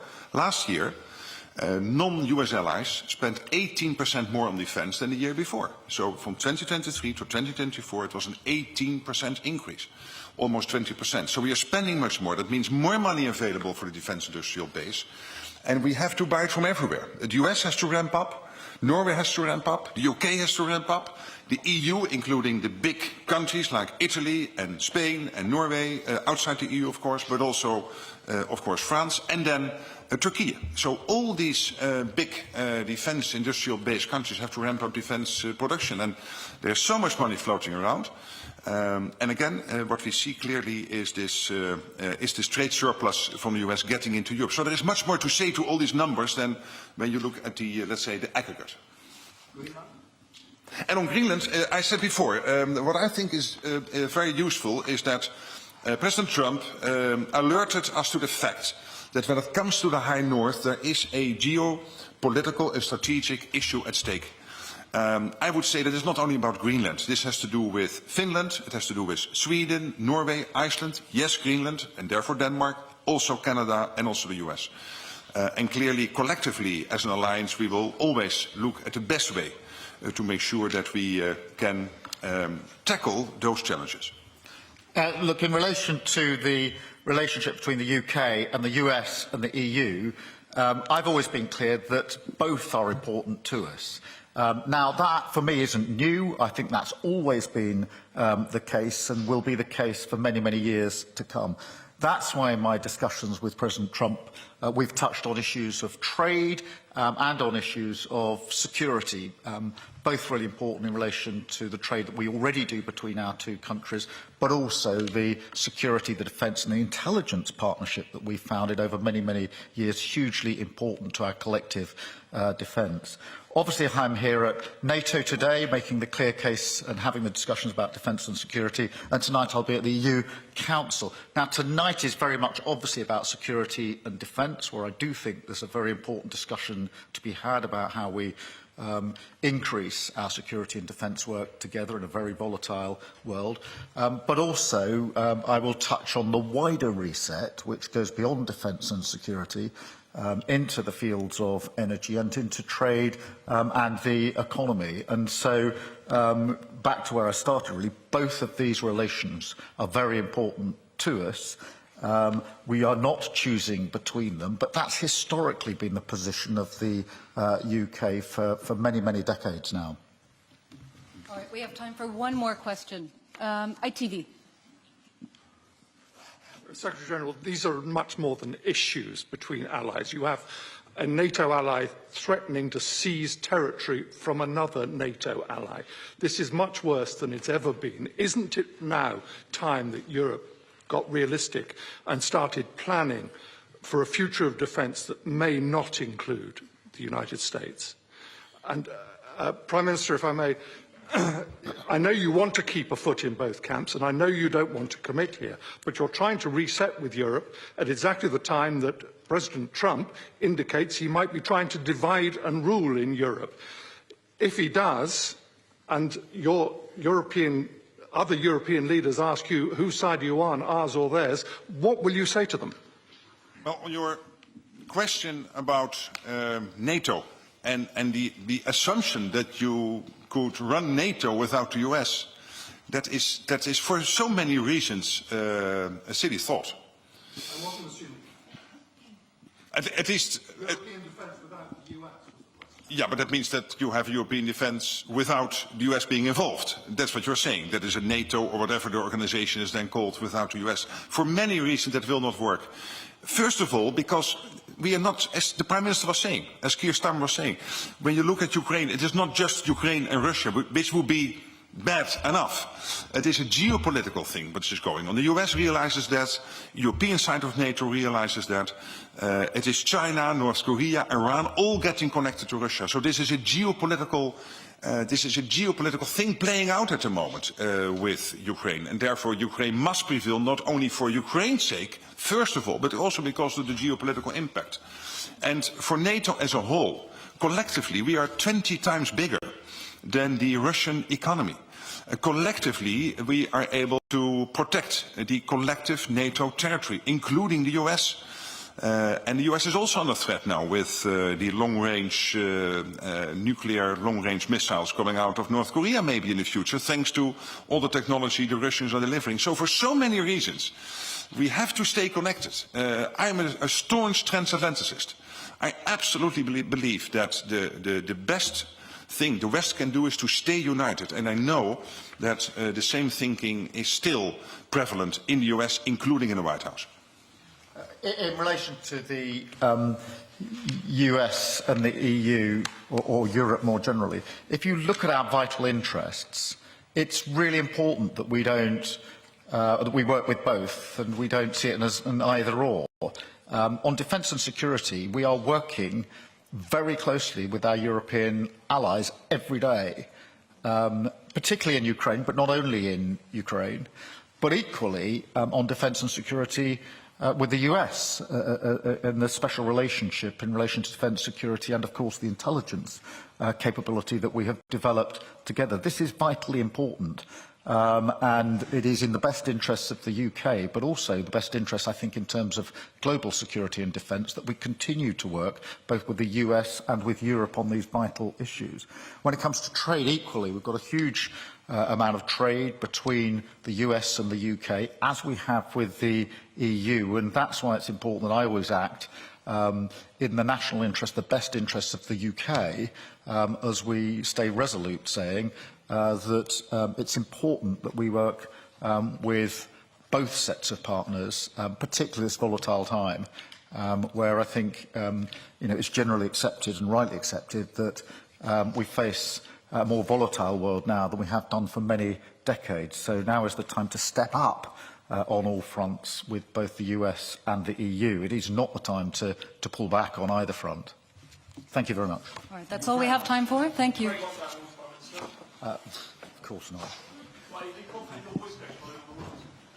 And that was the Prime Minister, Keir Starmer, there talking with the NATO Secretary-General Mark Rutte in Brussels in a highly anticipated speech setting out the future direction of travel between NATO and the United Kingdom and other European member states. So much to discuss. And let's get back to the studio now. I'm joined by the Labour MP for Pendle and Clitheroe. That's Jonathan Hinder, the journalist and broadcaster, the legend, Alistair Stewart. And I'm also joined by the director of the Popular Conservative Movement, Popcons, Mark Littlewood.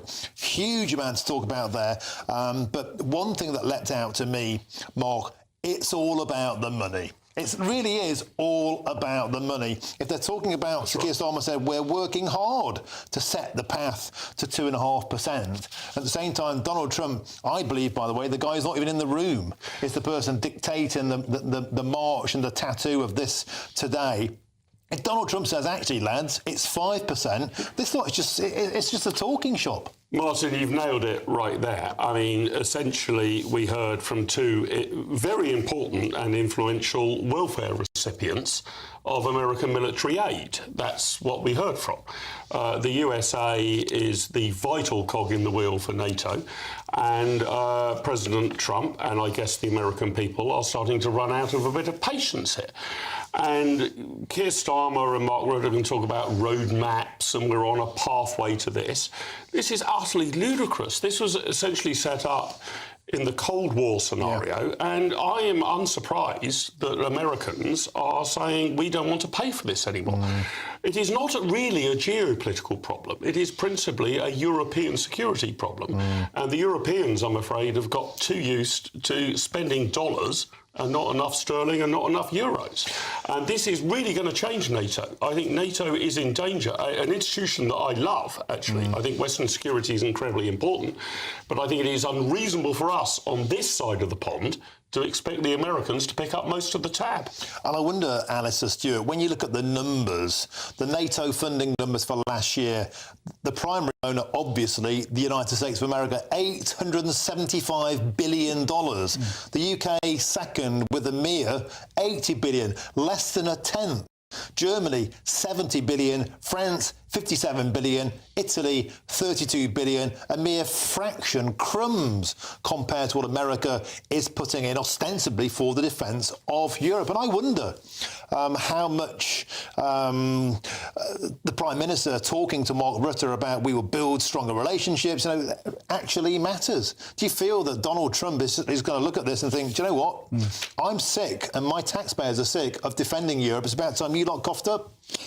Absolutely, and let us not forget for one moment the Trumpian slogans that got him re-elected with the majority in the Electoral College and of the popular vote, and that was Make America Great Again. That takes money, dollars, cents, and America First.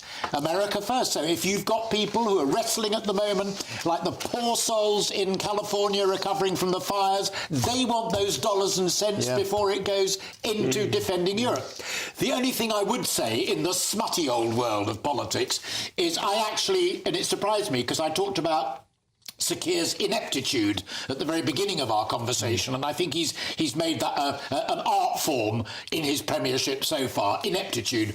I thought he handled that really rather well, because to avoid him and the United Kingdom becoming the next and immediate target of American trade wars, he was actually saying all the right things. He was even blowing air in Trump's direction about how great the United States had been in defending the Ukraine and urging publicly all of his NATO European colleagues to stump up the cash. And did he have any choice? Yes. I mean, he could easily have got it wrong and put it wrong. And it was interesting to note the Secretary-General of NATO had to correct himself. Not Sir Keir, 3 times. Interesting. Jonathan Hinder, let's bring you in now. This is going to be some tightrope act, isn't it? Trying to keep Brussels happy, trying to keep Donald Trump happy, particularly, as we said earlier, Donald Trump has got his scope firmly set on Brussels in terms of trade tariffs, in terms of trade war, in terms of blowing NATO literally out of the water. If he asks for a 5% stump up, which he absolutely said he'd do all along, he could well do tomorrow. He might do it tonight. overnight. We've got the most unpredictable president in the history of the planet, and he's in no mood to negotiate. He seems like he's really going to play hardball. And I put it to you, is this a tightrope act that the Prime Minister, Keir Starmer, can keep going on? He can keep saying, oh, it's important to have great relations with the EU and the US, but I thought the best question there was from a journalist who said, well, what would you do if America say you've got to choose a side? Well, as you say, we've got an unpredictable man in the White House at the moment, and it'll be a fool's game for me to try and predict what he's going to say next. What I would say on defence is that we are going to set out how we get to 2.5% of GDP in the spring. And let's remember how we got here. Highly respected Defence Secretary Ben Wallace described his own government, his own Conservative government, as having hollowed out our armed forces. We've got, on the other hand, Reform saying that they want to be best mates with Putin. So goodness knows where we'd be on defence if we had either of them. I'm not sure power. that's a fair thing to say. Well, you go and look at the record as to what he said in the past. So really, Labour is the party of defence now. We have said that we're going to get up to that. So where are you going to 2.5%. move the money from to pay for more defence? And Mark Rutte said that he wants to see more from the UK. The Prime Minister set out that he wants to see more. So what are you going to cut to spend more on defence? From our European allies. And that's what he's going to be talking about, as well as trade with the EU later. But it is a fair question, Jonathan. I think a lot of people are going to be asking the same thing, and that is this. If we've got a £22 billion black hole now, what's that black hole going to look like when Trump drops the NATO bomb? Well, as I say, we're going to set that out in the spring as to how we're going to get to 2.5%. Why don't you set it out now? Well, we've got to get in there, look at the books, and that's what we're doing. You've had 6 months to look at the books. Well, we're in the middle of a spending review, so I think it's legitimate. 2.5% of GDP you can calculate in 1 second. Why don't you commit that to defence? We are committed to 2.5%. You're committed. Which so is why what's don't we going to do be that set now? out. That's what's going to be set out. Well, it doesn't need to be set out. You can commit to that now. Let's be clear what are you going to cut in order to pay for how that? we've got here, which is the Okay, previous it's all the Tories' fault. But I know you don't want to talk about that because obviously that's the Tories were a disaster zone. Well, I'm glad you say that. But okay, how are you going to pay for it? Gentlemen, that'll be a question for another time. Given that there are going to be no more taxes anyway. I suspect we won't get an answer today, but look, thank you very, very much for all of you coming in. Jonathan Hinder, excellent. Anna Stewart, always an absolute pleasure. And, of course, Mark Littlewood, combative as ever. Gentlemen, thank you very, very much. Now, on a more serious news now, we're returning to that shocking news story we broke earlier on, that a 15-year-old boy has now died after being stabbed at a school in Sheffield. Let's get the latest update from our GB News' national reporter, Charlie Peters. Charlie, what's the latest? Well, previously we were told that South Yorkshire police had detained a 14-year-old boy, but now we are told that that teenager has now been arrested on suspicion of murder after a 15-year-old boy has died in hospital after succumbing to serious injuries following reports of a stabbing at 12:17 p.m. today at the All Saints Catholic High School in Sheffield. A road between the tram stop near the school and another road further down, about half a mile of road, has been closed by South Yorkshire Police as their inquiries continue. Paramedics were seen at the school earlier this afternoon, including the air ambulance on the school grounds. Now, it's also come to light in the last hour that this school, the All Saints Catholic High School, previously had a partial lockdown, a stay-put notice, just last Wednesday on January 29th, according to reports of a threat of violence between pupils at the school, with the head teacher, Sean issuing that notice to parents at the time. But it's gone into full lockdown today after reports of that stabbing of a 15-year-old boy, with a 14-year-old arrested on suspicion of murder. What does it mean for a school to go into lockdown? Well, the blinds are covered over the windows, doors and gates are shut. In a full lockdown, teachers and pupils have to remain calm and remain still in classrooms until an all-clear notice is given. Several hours after the first reports of this stabbing, some pupils had been allowed to leave in groups, but there is a heavy South Yorkshire Police presence at the scene. And we've also heard from an assistant chief constable from the force, that's Lindsay Butterfield, who was speaking at the force's headquarters earlier this afternoon. She said that it was with great sadness that she could share the news that a teenager had died following the stabbing at that school. She said that the thoughts of the force are with the family of the boy, his friends and the whole school community. She added that the victim, the 15-year-old boy, had suffered serious injuries, and despite the best efforts of the ambulance service, he sadly died a short time later. She also added that a boy had been arrested on suspicion of murder and remains in custody at this time. She added that she knows that what has happened at the school will cause significant distress and concern. And she said, I would like to reassure you that our officers will remain on scene and in the local area to offer reassurance to parents, staff and local residents as our investigation continues. She's also added, Lindsay Butterfield, our Assistant Chief Constable, that she would advise people to avoid speculation and the sharing of online content, which could be distressing to family members and detrimental to the South Yorkshire Police investigation. The police first being informed of this incident at 12:17, the school going into a full lockdown, air ambulance on the scene, but it appears that a 15-year-old boy did die soon after paramedics arrived on the scene, and a 14-year-old remains in police custody, arrested on suspicion of murder. Thank you, Charlie Peters, for the update on yet another tragic and heartbreaking story. Thank you very, very much. Lots more still now to come between now and 5 o'clock, including ahead of World Cancer Day tomorrow. Princess Kate has posted 2 photos online. Bringing that next. But first, it's time for your headlines with Aaron Armstrong.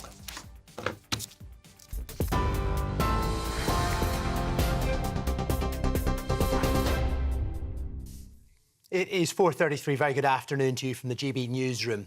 More on the breaking news you've just been hearing. A 15-year-old boy has died after a stabbing at a school in Sheffield. The victim was airlifted to hospital after the incident at All Saints Catholic High School just after midday today, but died of his injuries. South Yorkshire Police have confirmed a 15-year-old boy has been arrested on suspicion of murder. He remains in custody. The school has been closed. The victim's family has been informed, and police say there's no wider threat to the public. Sir Keir Starmer says the UK's commitment to NATO is stronger than ever because the need for NATO is stronger than ever. Now, he's been speaking alongside Mark Rutte, the head of NATO, following talks in Brussels. And Sir Keir said Donald Trump's threat of more sanctions against Russia have got Vladimir Putin rattled. So defence spending high on the agenda, but he also fielded questions from reporters about the threat of tariffs from Donald Trump. Well, earlier, Starmer joined an informal EU leaders summit, the first British Prime Minister to do so since Brexit. The relationship between the UK and the US and the EU, I've always been clear that both are important to us. Now, that, for me, isn't new. I think that's always been the case and will be the case for many, many years to come. That's why in my discussions with President Trump, we've touched on issues of trade and on issues of security, both really important in relation to the trade that we already do between our two countries, but also the security, the defence and the intelligence partnership that we've founded over many, many years, hugely important to our collective defence. And a former British soldier has been jailed for 14 years and 3 months for spying for Iran and escaping from prison. Daniel Khalif was found guilty of passing sensitive military information, including names of Special Forces members, to Iranian agents. The 23-year-old also escaped from Wandsworth prison on the underside of a delivery truck in 2023. He was caught 3 days later on a canal towpath in London, and the judge described him as a dangerous fool motivated by a selfish desire to show off. And that's it for the moment. I'll be back with more news at 5 o'clock. For the very latest GB News direct to your smartphone, sign up to News Alerts by scanning the QR code or go to gbnews.com/alerts.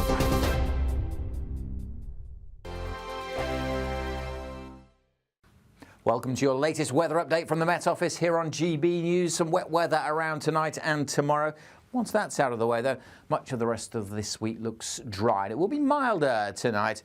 compared to last night. So there's a cold front swinging in, tied to a deep area of low pressure. That's across Iceland, but this front itself bringing some pretty soggy conditions through this evening across western Scotland and through Northern Ireland as well. For much of England and Wales, dry and fine this evening. Some drizzle across the far southeast, where it will turn quite murky. A few fog patches likely here through the night.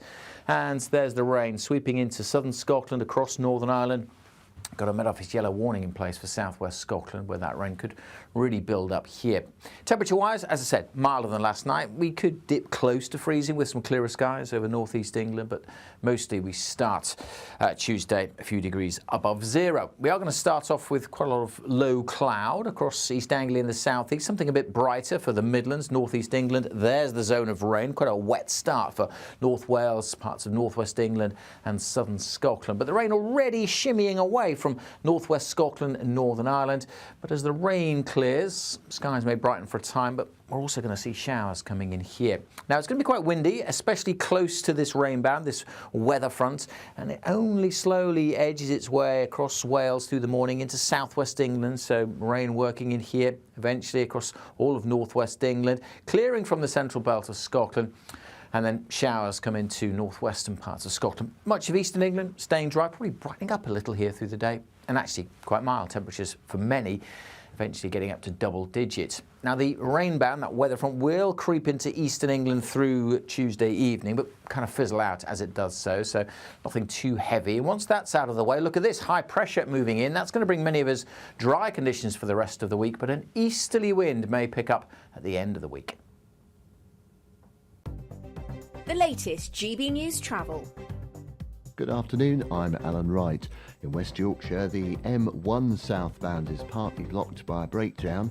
It's between junction 40 for Wakefield and 39 for Denby Dale Road.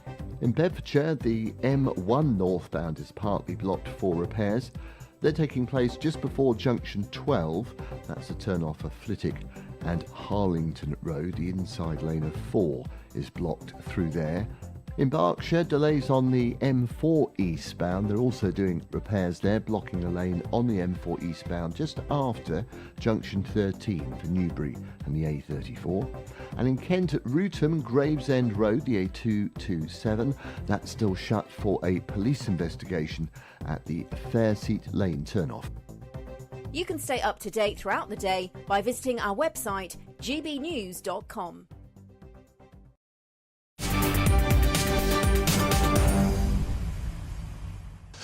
Welcome back. It's approaching 20 to 5 with me, Martin Daubney, here on GB News. Now, the Princess of Wales has shared a touching new photograph of herself taken by her youngest son, of course, Prince Louis, in honour of World Cancer Day on Tuesday. You can see it on your screen there, magnificent in the middle of a forest there, looking wonderful. And joining us now is our royal correspondent, Cameron Walker. Cameron, another beautiful photograph coming out there from the royal family. Tell us more.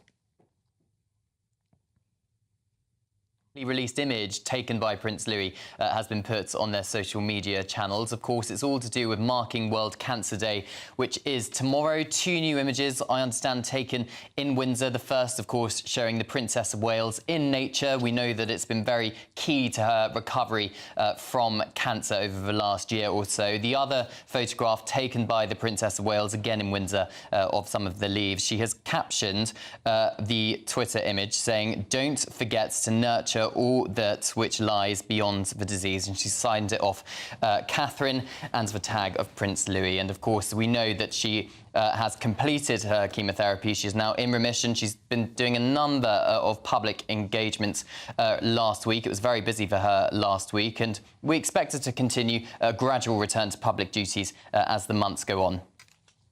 And Cameron, if my eyes deceive me, that looks very much like a very similar setting of that marvellous video where they were going through a forest when Kate first went public about her recovery. That amazing video with so many vignettes of the royals together with their children, those precious moments. And this is another one, the arms outstretched in the forest, embracing nature, embracing the magnitude of the cosmos, of life, meaning and everything. I think it's an image loaded with imagery and with meaning. I think it's wonderful. Yeah, incredibly very similar themes, Martin, as you say, in nature and, of course, the joys of spending time with family, because it's Prince Louis that took the photograph. Both images, of course, we see the princess being incredibly casual. The video taken when she announced that she completed chemo, that was taken in Sandringham by the photographer Will Ward. But again, it shows that personal side of the Princess of Wales, away from public duties, just an ordinary mum in her private home, in and around her home,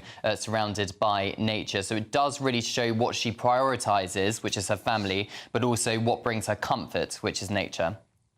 And also, Cameron, beautiful to see Prince Louis perhaps being a budding David Bailey, getting behind the lens just like his mother and kind of applying his skills to the other side of the lens. Wonderful. Yeah, it looks like he's certainly taking after his mother, following in his mother's footsteps. We know that the Princess of Wales is a keen photographer, and she's taken a number of images of Prince Louis to mark his birthday. They tend to release an image each year for the Prince Louis's birthday, alongside the other two children, George and Charlotte, as well. So who knows, Martin, maybe we will see more photographs from Prince Louis if it is a hobby, but of course he's only 6 years old, so I'm sure he's got he's just kind of deciding what he likes and what he doesn't like. But maybe when the Princess of Wales has another birthday, or Prince William, that it will be Prince Louis taking the image rather than a professional photographer. Who knows? Why not? You might as well keep it in the family, train them while they're young. That's what I try and do with my kids, get those skills under the belt. Cameron Walker did a wonderful picture on a bit of a Daubney day. That's kind of brightened things up, as usual, as we'd expect now from Princess Catherine. Marvellous. Thank you very much, Cameron Walker, for that latest image on the eve, of course, of World Cancer Day tomorrow, showing if you have enough belief and enough support and the support of the NHS, things can get brighter. Talking of which, if you're in search of some winter sun this year, here is the forecast for some of the top European holiday destinations. Can't wait to get in that sea. Lovely and warm. Just like the feeling of having great travel insurance. All Clear Travel Insurance sponsors GB News Travel Destinations Forecast. Hello. Well, there's plenty of fine weather around as higher pressure becomes established, but unsettled in parts of Greece. So across the Canaries, largely dry on Tuesday. Across Gibraltar, perhaps just seeing some spells of rain or showers. Largely dry across parts of Italy as well, with sunshine, but across Greece, we have got an area of low pressure, bringing some showers, perhaps quite heavy at times. But looking ahead across Wednesday and Thursday, plenty of settled weather and feeling pleasant too. All Clear Travel Insurance sponsors GB News Travel Destinations Forecast. Now, the fur is flying north of the border because guess what? The SNP have announced they're looking to ban cats. I'm Martin Daubney on GB News, Business News Channel.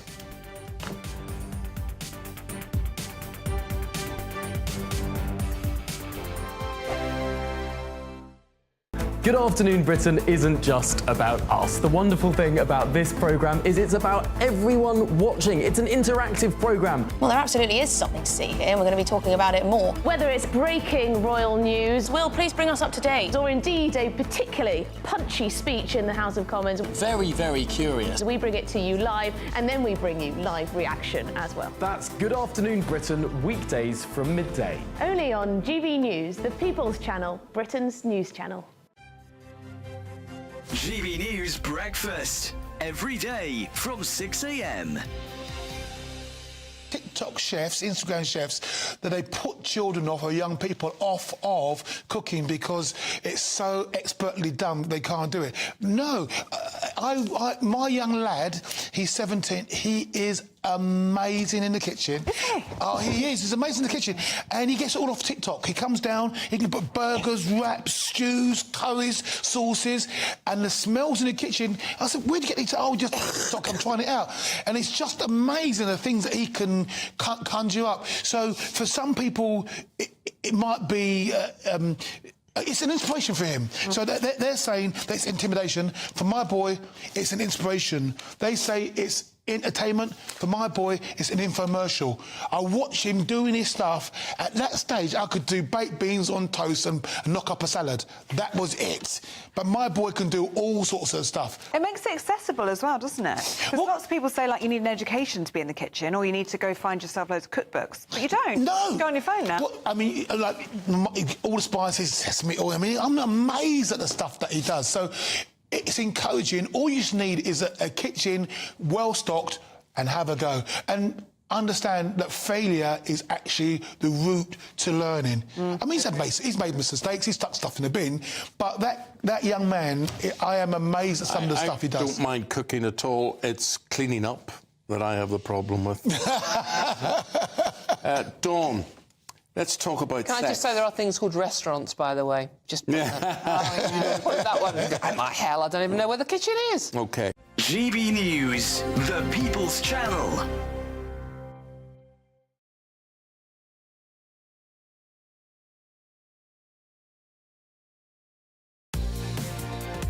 Mornings don't have to be tiresome, especially if you have the right company.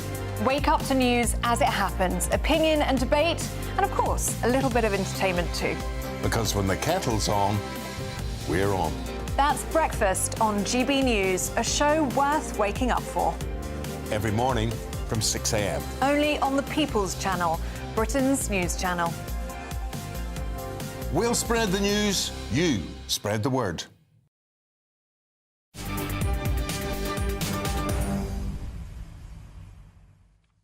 Welcome back. Your time is 4:48 on this Monday afternoon with me, Martin Daubney, here on GB News. Now, could Scotland really ban pet cats? No, it's not April Fool's Day, because this is a genuine report by the Scottish Animal Welfare Commission that plans strict containment zones, not on foreign people coming over here and taking over our country, but on cats. Yes, moggy lockdowns to protect bird life. But critics are calling the cats clampdown bird-brained.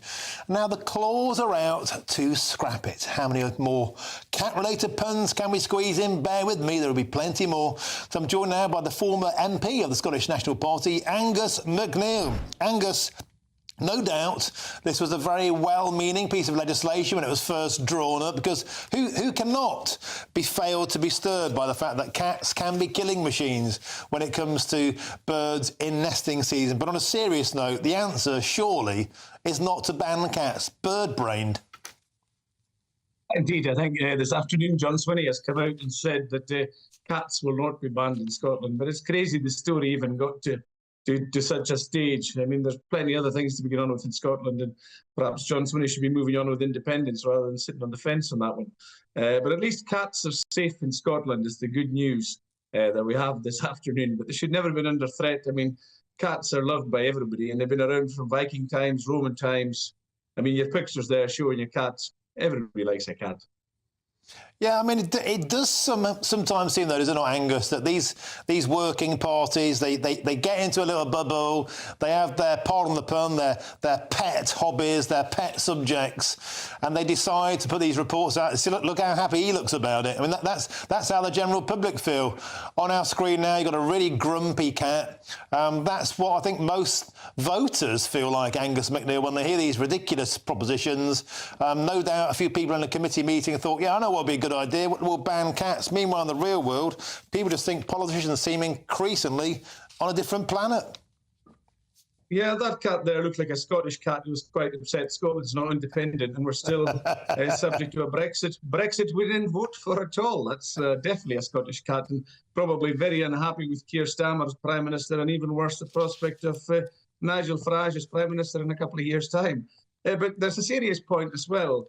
That groups get together in these dynamics, and the more boxes and the more complex the forms can be, somebody in the group feels they've achieved something by suggesting something more outlandish and more difficult for people in business or whatever to kind of get to grips with. And I think this stuff of cats has just got to the point of stupidity and stilts. I mean, over the past, your viewers might know better, but there was somebody who suggested one time that the prosperity of England going on after the Middle Ages was due to old maidens with cats who caught rats, and there was a surplus of grain, therefore, that helped trading. So perhaps economic prosperity is based on cats at once upon a time. But it should never have got to this stage. I mean, but you are making the point there of the way groups get together and work and the way the bureaucracy tends to work and the way people get minorly rewarded within groups for coming up with nonsense. And, you know, it's when it gets to the point of banning cats, we can clearly see it's nonsense. First Minister has to come out today to say it is nonsense. And the cats are, I'm cute. Those pictures are very cute as well. The cats are safe. It's good to hear. It's good to hear that this is just total nonsense, Angus McNeil. And if nothing else, it's given us the opportunity to have a load of cute cats on videos, nodding their heads in unison. And I tell you what, Angus McNeil, you know, fair credit to you. You managed to get in a dig about Brexit. You managed to get a dig in about Nigel Farage purely off the back of cats. The claws are out. It's useful for your viewers to hear.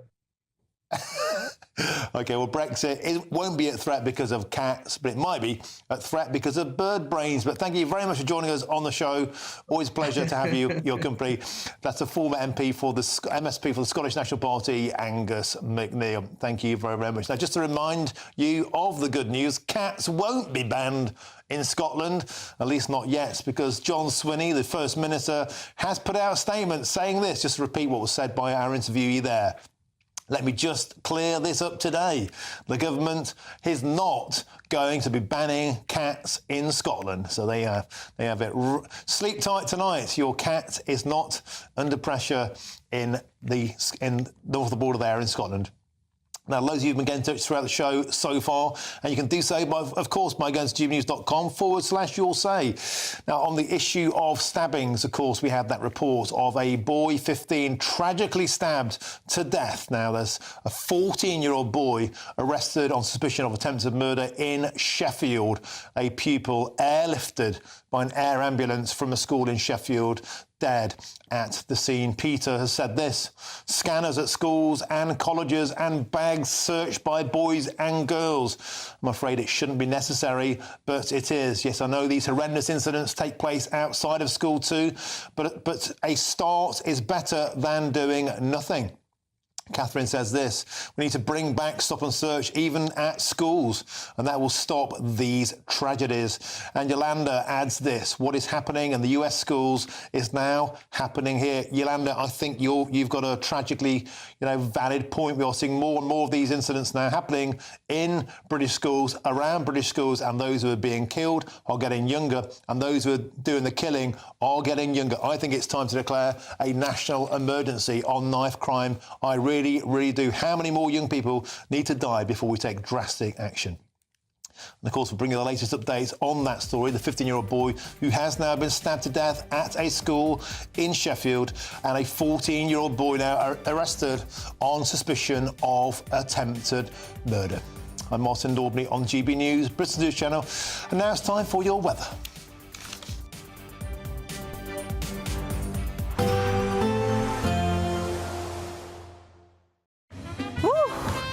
A chilly start will give way to a lovely, warm afternoon. Boxed heat pumps, sponsors of weather on GB News. Welcome to your latest weather update from the Met Office here on GB News. Some wet weather around tonight and tomorrow. Once that's out of the way, though, much of the rest of this week looks dry. It will be milder tonight compared to last night. There's a cold front swinging in, tied to a deep area of low pressure. That's across Iceland, but this front itself bringing some pretty soggy conditions through this evening across western Scotland and through Northern Ireland as well. For much of England and Wales, dry and fine this evening. Some drizzle across the far southeast, where it will turn quite murky. A few fog patches likely here through the night. And there's the rain sweeping into southern Scotland across Northern Ireland. Got a Met Office yellow warning in place for southwest Scotland, where that rain could really build up here. Temperature-wise, as I said, milder than last night. We could dip close to freezing with some clearer skies over northeast England, but mostly we start Tuesday a few degrees above zero. We are going to start off with quite a lot of low cloud across East Anglia and the southeast, something a bit brighter for the Midlands, northeast England. There's the zone of rain, quite a wet start for North Wales, parts of northwest England and southern Scotland. But the rain already shimmying away from northwest Scotland and Northern Ireland. But as the rain clears, skies may brighten for a time, but we're also going to see showers coming in here. Now, it's going to be quite windy, especially close to this rain band, this weather front, and it only slowly edges its way across Wales through the morning into southwest England, so rain working in here, eventually across all of northwest England, clearing from the central belt of Scotland, and then showers come into northwestern parts of Scotland. Much of eastern England staying dry, probably brightening up a little here through the day, and actually quite mild temperatures for many, eventually getting up to double digits. Now, the rain band, that weather front, will creep into eastern England through Tuesday evening, but kind of fizzle out as it does so nothing too heavy. And once that's out of the way, look at this, high pressure moving in. That's going to bring many of us dry conditions for the rest of the week, but an easterly wind may pick up at the end of the week. A nice bright morning will generate a lovely warm day, right through to the evening. Boxed Solar, sponsors of weather on GB News. The latest GB News travel. Good afternoon, I'm Alan Wright. In West Yorkshire, the M62 westbound is partly blocked for repairs. They're between junction 24 at Ainley Top and junction 22 for Rishworth Moor and the A672. In Leicestershire, the M69 northbound is partly blocked. There's a breakdown there just by the exit to Leicester and the M1 junction 21. In Bedfordshire, the M1 northbound is partly blocked for repairs. They're just before junction 12, the turn-off for Flitwick and the A5120. And in Hertfordshire, delays on the anti-clockwise M25. That's partly blocked just by junction 20 for Kings Langley in the A41, and that's following a collision. You can stay up to date throughout the day by visiting our website, gbnews.com. We're giving you not one, but two chances to win this month, with two prize bundles that include an incredible £10,000 in tax-free cash. But that's not all. You'll also get a brand new iPhone 16 and a £500 shopping voucher to spend at your favourite store. So why not be extra lucky this month? For a chance to win an iPhone, vouchers and £10,000 in cash, text cash to 63232. One entry costs £2 plus one standard network rate message, or text bonus to 63232. 5 entries cost £5 plus one standard network rate message. Go to gbnews.com/win. Entries start from just £2. Call 0903 681 3232. Calls cost £2 plus your network access charge, or post your name and number to GB11 PO Box 8690 Derby DE1 9TT. UK only. Entrance must be 18 or over. Lines close at 6 p.m. on the 7th of March. Please check the closing time if listening or watching on demand. Good luck. This is Britain's Newsroom, where your voice matters. It's just astonishing. With expert analysis and honest opinion, we don't just keep you informed. We bring you unique perspectives you won't see anywhere else. Can't argue with any of that. When the news happens, it happens here. On Britain's Newsroom, weekdays from 9:30 a.m. Only on GB News. We're proud to be GB News, the People's Channel. And as you know, we always love to hear your views. Now, there's a new way of getting in touch with us at gbnews.com/your say. By commenting, you can be part of a live conversation and join our GB News community. You can even talk to me, Bev Turner, or any of the members of the GB News family. Headliners on GB News 11 p.m. every night. It's got 3 top comedians going through the next day's newspapers so you don't have to read them, which is great. That's a good point. He's lying. I mean, maybe he's not lying. That's Headliners every night from 11 p.m. and 5 a.m. as well on GB News, Britain's news channel.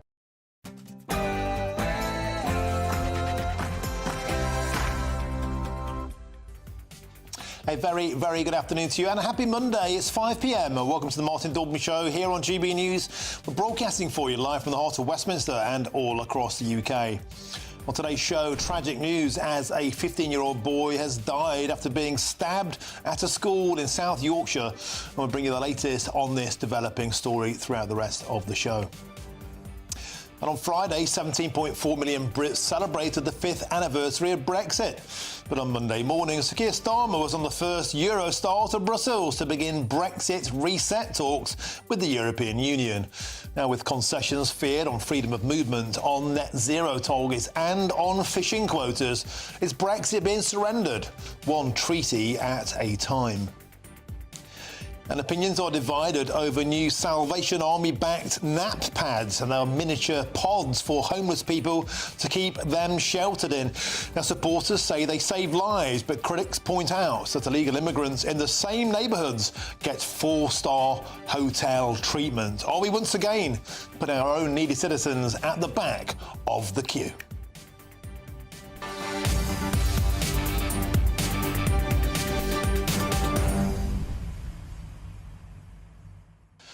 Welcome to the show. Always a pleasure to have your company. So a short while ago, we heard the Prime Minister, Keir Starmer, speaking in Brussels with the Secretary-General of NATO, Mark Rutte, talking about the path towards 2.5% GDP for NATO. But there's every chance that Donald Trump, the man who's calling the shots, it seems, of every meeting without even being there, might say, actually, it's 5%. And I put it to you, where will the money come from? If we're in a £22 billion black hole already, yeah, we can find billions for Ukraine, but we're taking money off pensioners, we're taking money off farmers. Where will this money come from? How can we afford to ramp up defence to this level? Will it bankrupt the nation, or is it simply too expensive a risk to ignore? Get in touch usual ways, gbnews.com/your say. But now's your headlines, and here's Aaron Armstrong.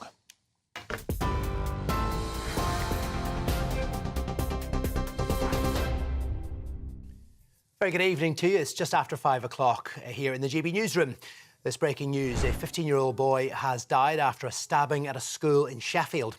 The victim was airlifted to hospital after the incident at All Saints Catholic High School just after midday, but died of his injuries. South Yorkshire Police have confirmed a 15-year-old boy has been arrested on suspicion of murder and remains in custody. The school has been closed and the victim's family informed. Police say there's no wider threat to the public. Our thoughts are with the family of the boy, his friends, and the whole school community. At 12:17 p.m, emergency services were called to All Saints Catholic High School on Granville Road. The victim, a 15-year-old boy, suffered serious injuries, and despite the best efforts of the ambulance service, he sadly died a short time later. Sir Keir Starmer says the UK's commitment to NATO is stronger than ever because the need for NATO is stronger than ever. He's been speaking in the last hour or so alongside Mark Rutte, the head of NATO. It follows talks amongst European leaders in Brussels. Defence spending high on the agenda, but also the threat of tariffs from Donald Trump. Well, the joint news conference comes after Starmer joined an informal EU's leaders summit on defence and security, the first time a Prime Minister has attended one of those meetings since Brexit. Relationship between the UK and the US and the EU, I've always been clear that both are important to us. Now, that for me isn't new. I think that's always been the case and will be the case for many, many years to come.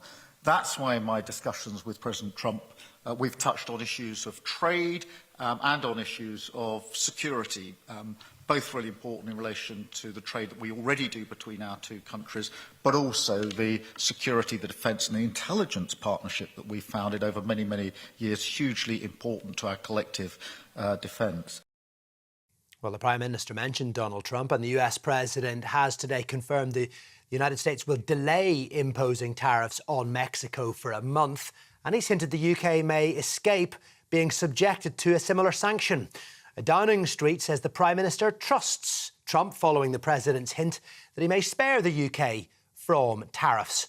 Well, Trump announced a 25% levy on goods from Canada and Mexico yesterday and 10% for China. But a short time ago, he announced a temporary reprieve after, in his words, a very friendly conversation with the Mexican President, Claudia Sheinbaum. Well, global markets slumped earlier following Trump's announcements and his stated intention to impose tariffs on the EU. But as I mentioned, a hint there that the UK may escape it.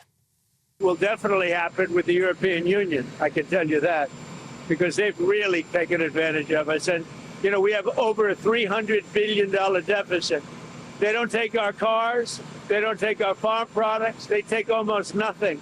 And we take everything from them, millions of cars, tremendous amounts of food and farm products. So the UK is way out of line, and we'll see the UK, but European Union is really out of line. UK is out of line, but I'm sure that one, I think that one can be worked out. But the European Union it's an atrocity. A former British soldier has been jailed for 14 years and 3 months for spying for Iran and escaping from prison. Daniel Khalif was found guilty of passing sensitive military information, including the names of special forces operatives, to Iranian agents in exchange for money. He also escaped from Wandsworth prison by clinging to the underside of a delivery truck in 2023, but was caught 3 days later on a canal towpath in London. The judge described him as a dangerous fool motivated by a selfish desire to show off. When you joined the army as a young man, you had the makings of an exemplary soldier. However, through the repeated violation of your oath of service, you showed yourself to be instead a dangerous fool. The only sentence open to me is one of immediate custody. The total sentence is therefore 14 years and 3 months. An accountant who stole more than £260,000 from COVID support schemes has been jailed for nearly 4 years. Zishan Ashraf from Birmingham falsely claimed bounce-back loans and made fake applications under the Job Retention and Eat Out to Help Out schemes. The court heard he used the money to fund his lifestyle, inflating his company's turnover to secure maximum payouts. Well, a small amount has been repaid, but prosecutors say they'll continue to recover the rest. Ashraf pleaded guilty to 5 counts of fraud and was sentenced earlier at Birmingham Crown Court.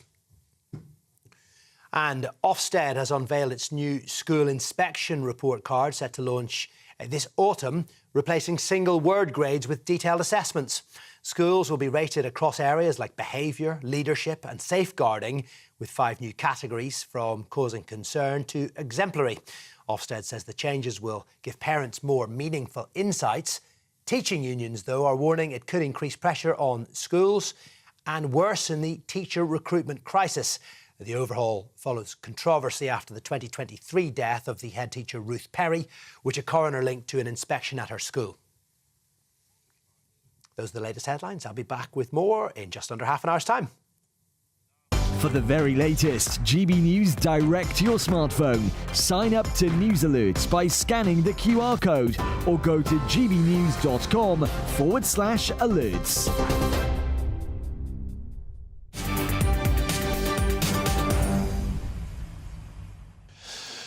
Thank you, Aaron. Let's return now to that shocking and heartbreaking news that a teenager has died after being stabbed at a school in Sheffield. Let's go straight back now to GB News' national reporter Charlie Peters for an update. Charlie, what's the latest on this tragic tale? Well, Martin, it is a tragedy in Sheffield, and we've just heard from Oliver Coppard, who's the mayor of South Yorkshire.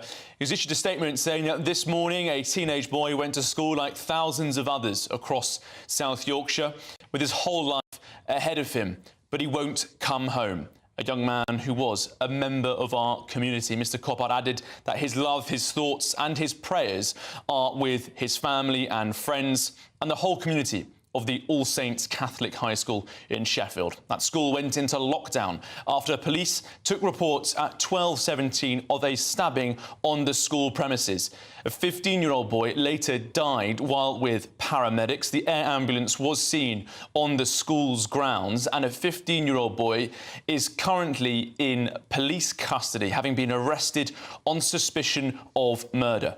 Well, earlier this afternoon, the Assistant Chief Constable Lindsay Butterfield of South Yorkshire Police gave an update on their response to the situation.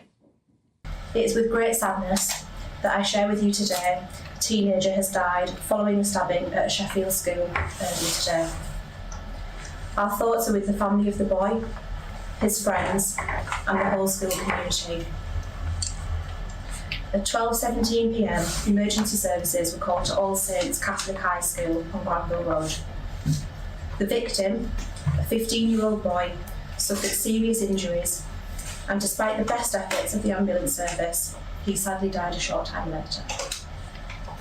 The 15-year-old boy has been arrested on suspicion of murder and remains in our custody at this time.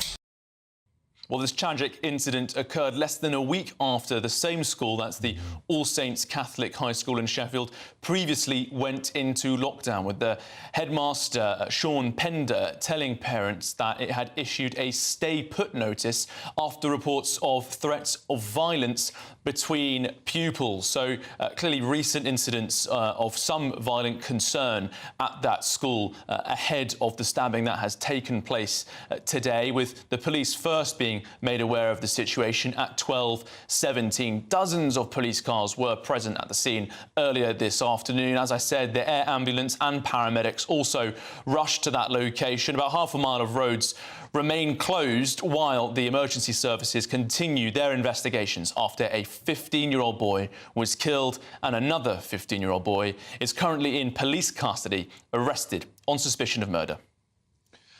Charlie Peters, that statement there about, you know, an ordinary boy goes to school and never makes it home, it's becoming, I'm afraid, tragically familiar. We hear it so often, children being stabbed on buses, in shopping centres and now in schools. And it's an astonishing situation that the same school, the very same school, issued a previous warning. Charlie Peters, there's sure now to be a political conversation about what needs to be done about this. Many, many people writing into us here today at GB News saying perhaps it's time for metal detectors at schools. Maybe it's time for routine stop and search sweeps outside of schools. Charlie Peters, we have these stories way, way too often. We seem to have a serious problem with knife crime amongst teenagers in the United Kingdom.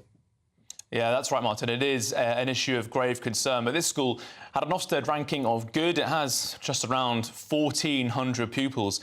And many school chiefs will say, and they'll point to the fact that school leaders will point to the fact that metal detectors and anti-knife measures are very common in schools right across the United Kingdom. But as Mr. Coppard, Oliver Coppard, the South Yorkshire Mayor, said earlier this afternoon in his response to this incident, that just one tragedy such as this is one too many. You're right, Martin. There's no doubt that a political response will follow. And indeed, there has been a lot of discussion about knife crime and whether measures are sufficient after recent discussions following the sentencing of the Southport murderer. But in South Yorkshire today, the focus is very much on that local community, which is reeling from this incident. And as you say, Martin, there was a previous stay-put order. And just for some context, a lockdown order in a school means that all doors, gates and windows are shut, blinds are covered, lights are turned off, pupils and staff are told to remain calm and quiet in rooms until they are ordered that they can resume their duties. In this case, it seems they may have been under lockdown for several hours, because it wasn't until after 3 o'clock that the first reports of pupils leaving that school were issued. I should also note very quickly that another school down the road, Seven Hills, was also put into lockdown after this incident occurred, but it's understood that nothing occurred at those premises for any further police concern. But as it stands, Martin, a 15-year-old boy has been killed and another 15-year-old boy is in police custody, arrested on suspicion of murder. Thank you, Charlie Peters, for that update from Sheffield. Thank you very much. And moving on, 5 years ago this Friday, this happened.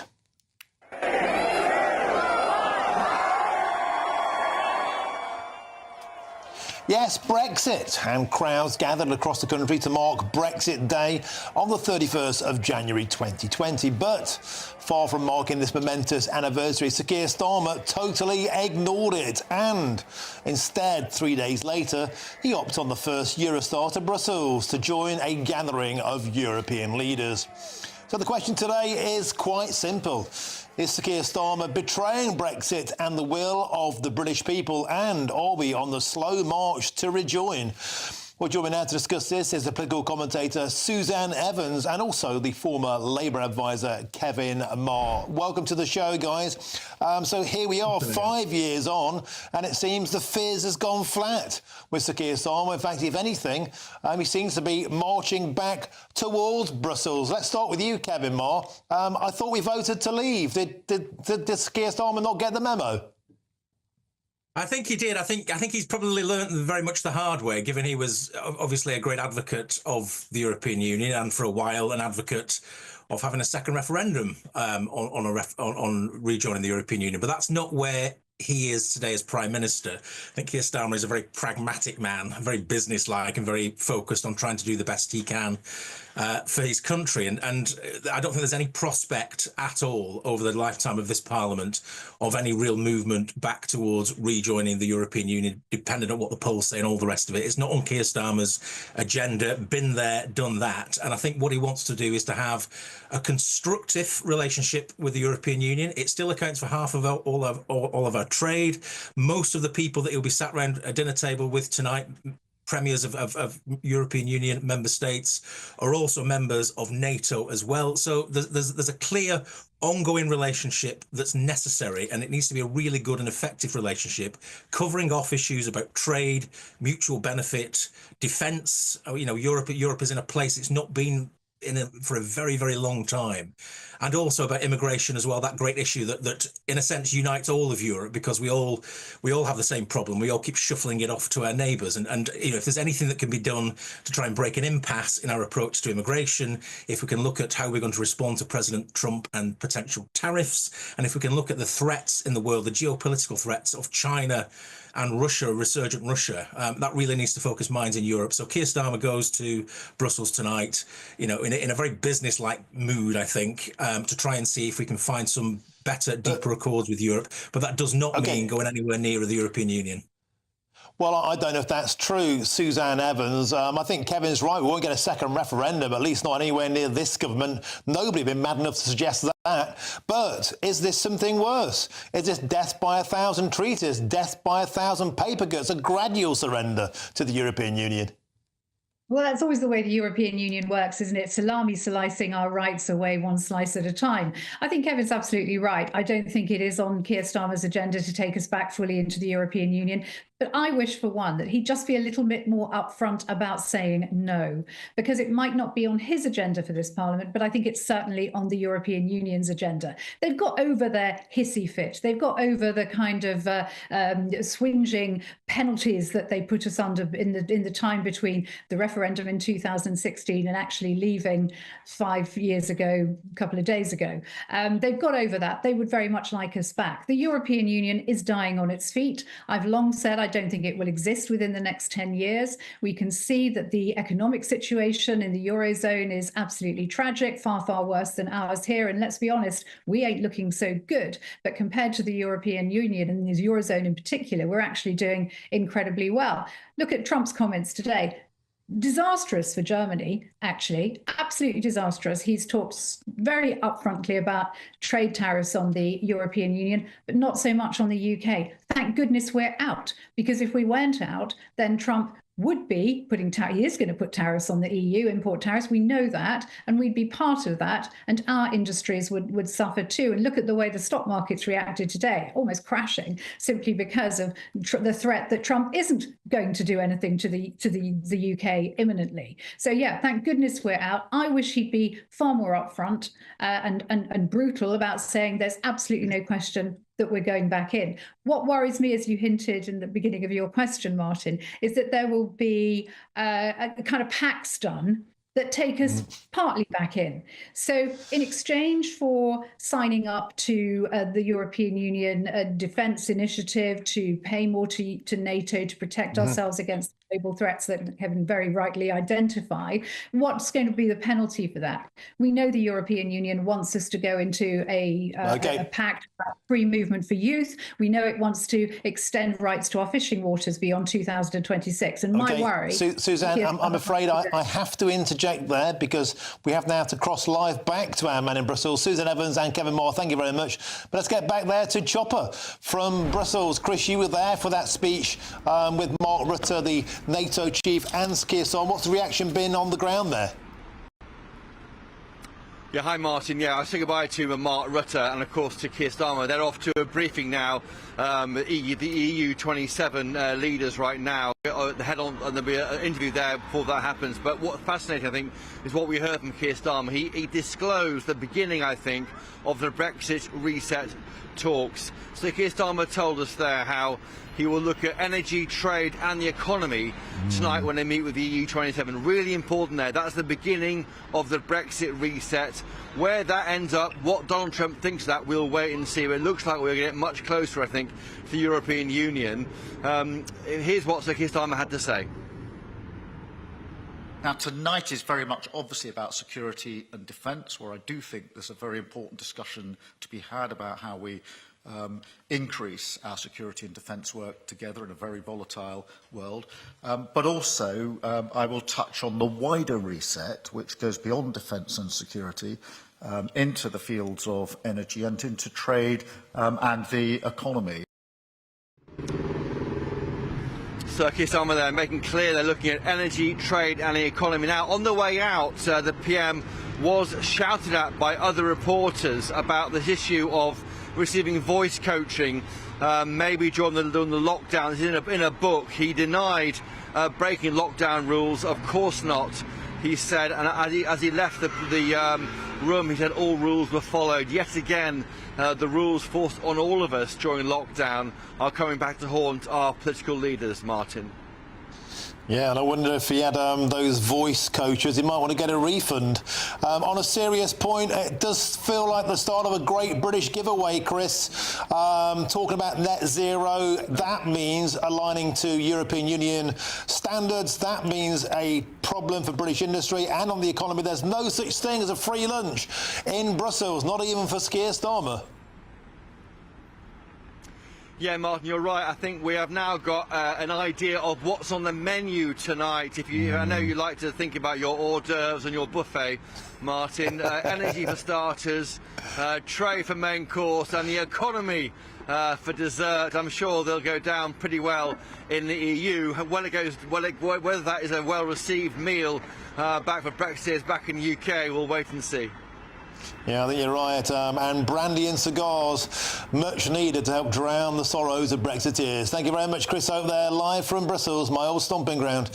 Now, still to come, homeless pods. Now, supporters say they save lives. But is it enough compared to how we treat asylum seekers in four-star hotels just down the road? I'm Martin Daubney on GB News, British 2 Channel.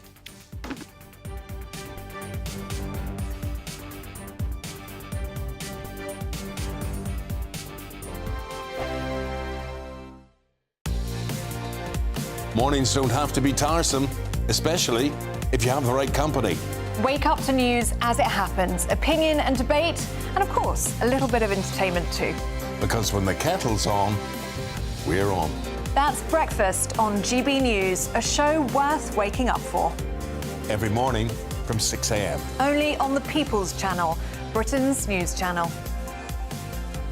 We'll spread the news, you spread the word. GB News Breakfast, every day from 6 a.m.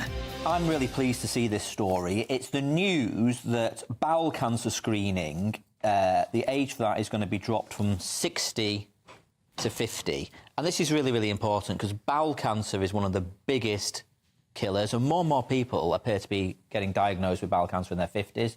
Not entirely clear why. And there was an inspirational woman called Deborah James who I actually met when I used to be the Shadow Health Secretary, and I remember meeting her when she had her cancer diagnosis and supporting her campaign, and she sadly passed away a couple of years ago, but it was a phenomenal campaign and I think did inspire the nation. And this is so important. So people in their 50s are going to be sent these kits in the post. And I suppose my plea is just do not ignore these kits because you can deal with cancer if you catch it early enough. Yeah. So, I mean, this is not the most pleasant thing to do, and a lot of us aren't used to it and talking about it and whatever, but it is essential, obviously, to do. Yeah, I mean, absolutely. And the other reason I wanted to sort of flag this is, I mean, we can sometimes make ourselves sort of pretty miserable looking at the newspapers, but this is undoubtedly a good initiative that the government have done this and that campaigners have persuaded the government to do this. So, look, I just want to plea to everybody watching, if you get one of these kits, use it. And, of course, I think it's really important within that to point out that this would not have helped Deborah, because Deborah was 40 when she died. And what's really important when you see stories like this is to pay attention to what your body is telling you. And if you have symptoms that are weird, it is important to go to your doctor and to talk about them and to take the tests. GB News, the People's Channel. Join me, Camilla Tominey, for a frank and honest discussion with those in power that cuts through the spin and gets to the heart of the issues shaping our nation. You haven't confirmed that you want to stand as leader, but you haven't ruled it out either. This report basically says that he's not fit to stand trial. Is he indecisive? Incompetent? I deliver the dose of reality Westminster needs. That's the Camilla Tominey Show at 9:30 every Sunday on GB News, the People's Channel, Britain's news channel.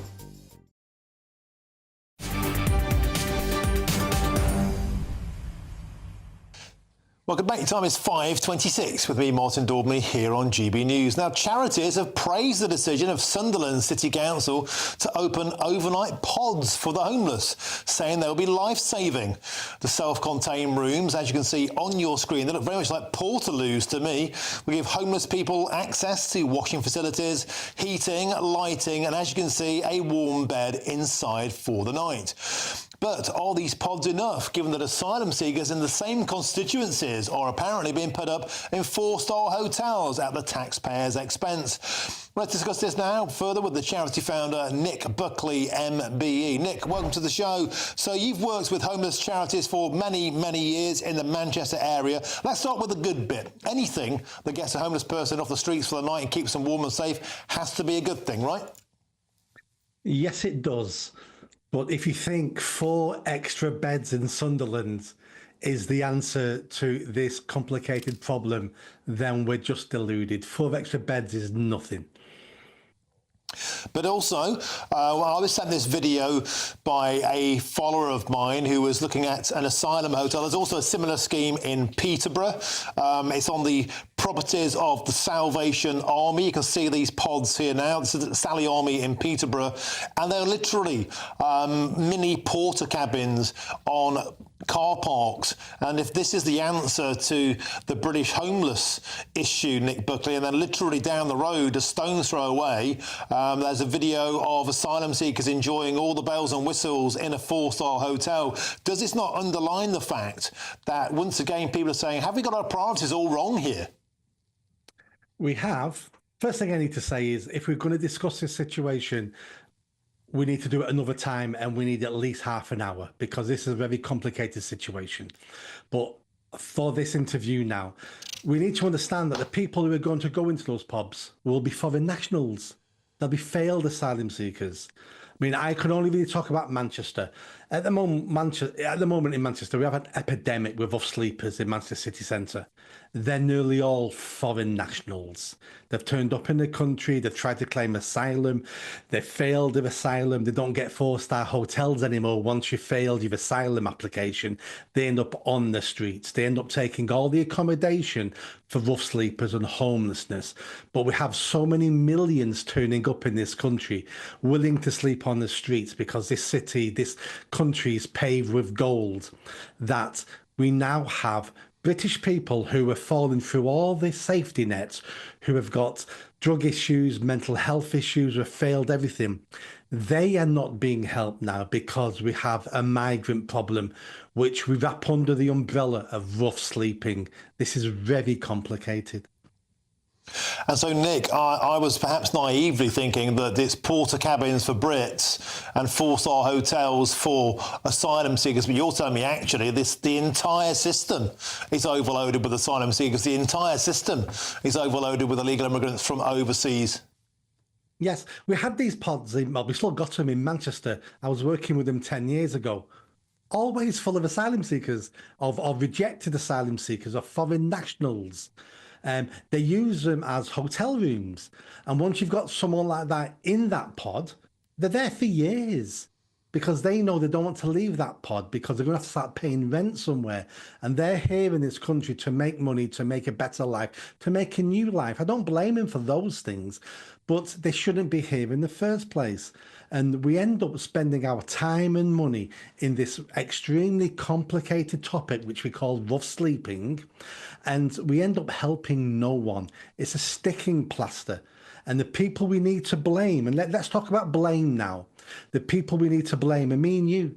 It's the voting public. It's all of us, because we've allowed this to happen. We allow our fellow citizens, British citizens, to live and die on the streets. Over the last month in Manchester, 2 have died on the streets. 2 British people have died on the streets in Manchester this last month with a cold spell. And we allow it to happen because deep down inside, we don't care. We really don't care. We think we do, but we don't. And so, Nick, briefly, what is the answer to this? I mean, we say all the time we don't have a waiting list problem, we don't have a housing problem, we have an open borders problem. You're saying that's the same with homelessness in Britain?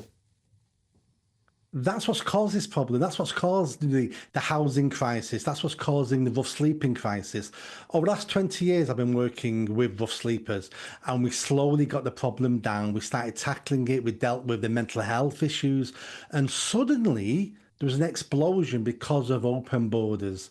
And because of the open borders, we allow our citizens now to suffer because they're just one person now in a list of, 20,000. So how can we prioritise who needs the help, who needs the support? The whole system is failing. And also, let's look at charities as well, because I run a charity. I'm a founder of a multi-award winning charity. Charities are part of the problem as well, and they won't want to tell you this. Who do you think are paying the great pensions and the chief exec's salaries in these pensions? They're not incentivised to end any problems, to end our rough sleeping problem, because if we end it, they're out of a job. So it's this revolving door of always trying to provide new customers for our services. The whole thing's a scam, and we need to get a grip of it. OK, Nick Buckley, MBE, as you said, an entirely complex situation. I hope we did it some kind of justice there in our time. Nick Buckley, thank you very, very much. Now, the Salvation Army say that these pods provide a vital lifeline and a dignified sanctuary for people suffering with mental health issues or not suited to hostel accommodation. Meanwhile, Sunderland City Council told GB News, like many cities, Sunderland is seeing an increase in homelessness, and the City Council has a statutory and social duty to help people who find themselves without a home. The pods are emergency accommodation and part of our ongoing work with partners to help Sunderland residents who are homeless and vulnerable. And finally, the Home Office have said that hotel rooms are used in certain circumstances to house asylum seekers when it is necessary. However, they have stated that the use of hotels is temporary and it is their policy to end reliance upon them. Well, there's lots more still to come between now and 6 o'clock, including Trafford is the latest council to vote against a national inquiry into rape gangs, despite the fact there's been a huge increase in child sexual exploitation there. And an outraged councillor joins me next. But first, here's your headlines with Aaron Armstrong.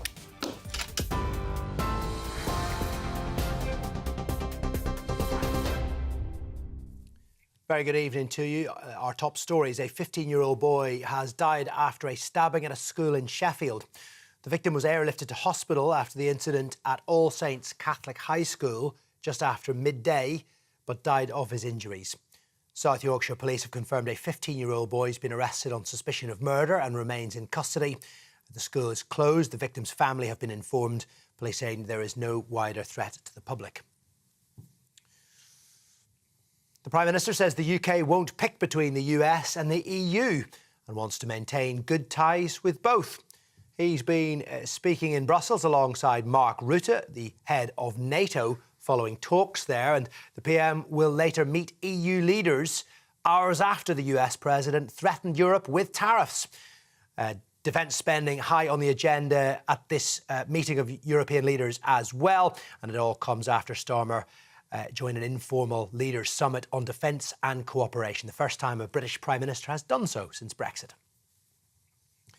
Speaking of Donald Trump, he's confirmed the US will delay imposing tariffs on Mexico for a month and has hinted the UK may escape similar sanctions. Trump stated that the UK is out of line, but suggested a deal could be worked out after constructive conversations with the Prime Minister. Trump announced 25% tariffs on Canada and Mexico yesterday and 10% for Chinese goods. It's due to begin tomorrow, but he has announced a temporary reprieve after, in his words, a very friendly conversation with the Mexican President, Claudia Sheinbaum. Well, global markets slumped earlier after Trump's announcements of tariffs and his stated intention to impose levies on the EU. But as I mentioned, there may be a reprieve for the UK. Former British soldier has been jailed for up to 14 years and 3 months for spying for Iran and escaping from prison. Daniel Khalif was found guilty of passing sensitive information to Iranian agents in exchange for money. He also escaped from Wandsworth prison, clinging to the underside of a delivery truck, but was caught 3 days later on a canal towpath. The judge described him as a dangerous fool, motivated by a selfish desire to show off. And an accountant who stole more than £260,000 from COVID support schemes has been jailed for nearly 4 years. Zishan Ashraf from Birmingham falsely claimed bounce-back loans and made fake applications under the Job Retention and the Eat Out to Help Out scheme to fund his lifestyle. He inflated his company's turnover as well to secure maximum profits. Now, prosecutors say a small amount of money has been paid back and they will work towards recovering the rest.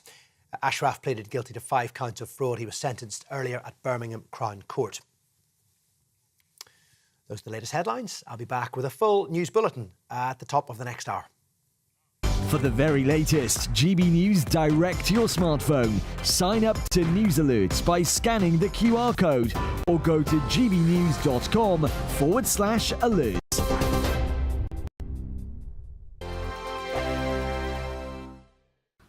Welcome to your latest weather update from the Met Office here on GB News. Some wet weather around tonight and tomorrow.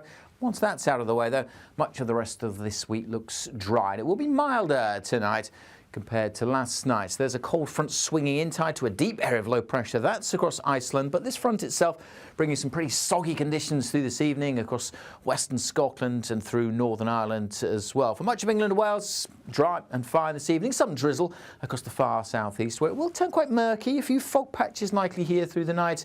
And there's the rain sweeping into southern Scotland, across Northern Ireland. Got a Met Office yellow warning in place for southwest Scotland, where that rain could really build up here. Temperature-wise, as I said, milder than last night. We could dip close to freezing with some clearer skies over northeast England, but mostly we start Tuesday a few degrees above zero. We are going to start off with quite a lot of low cloud across East Anglia and the southeast, something a bit brighter for the Midlands, northeast England. There's the zone of rain, quite a wet start for North Wales, parts of northwest England and southern Scotland. But the rain already shimmying away from northwest Scotland and Northern Ireland.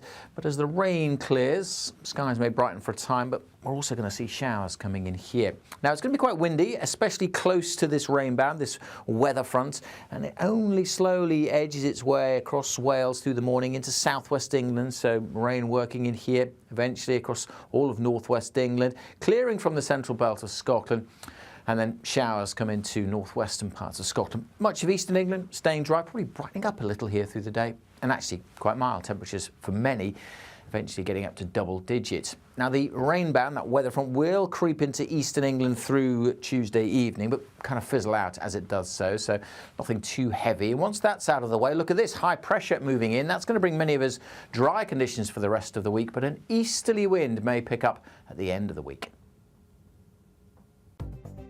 The latest GB News travel.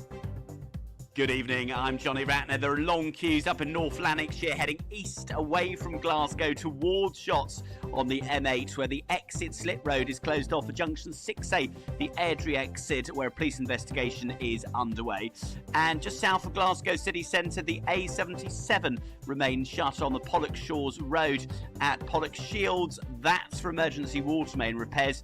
In South Yorkshire, Granville Road in Sheffield city centre, that's closed off the A61 for a police investigation. And on the Hertfordshire stretch of the M25, the anti-clockwise exit is closed at junction 20, the Kings Langley turnoff at the scene of an accident. And finally, in Kent at Rootham, the A227, the Gravesend Road, remains shut for a police investigation.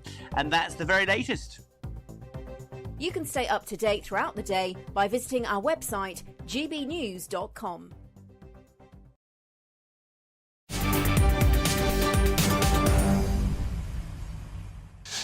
Welcome back. It's approaching 20 to 6 with me, Martin Daubney, here on GB News. Now, Labour councillors in Trafford, Greater Manchester, have voted against a national inquiry into rape gangs, despite a shocking 872% rise in child exploitation cases in the area. An eye-popping statistic. And joining me now to discuss this is the leader of the Conservatives at Trafford Council, Nathan Evans. Nathan, welcome to the show. Thank you very much for speaking out, because I just cannot understand for the life of me why councils are voting against these rape gang inquiries, particularly in an area with astonishing figures, an 872% increase in child sexual exploitation cases in your area. What on earth is going on?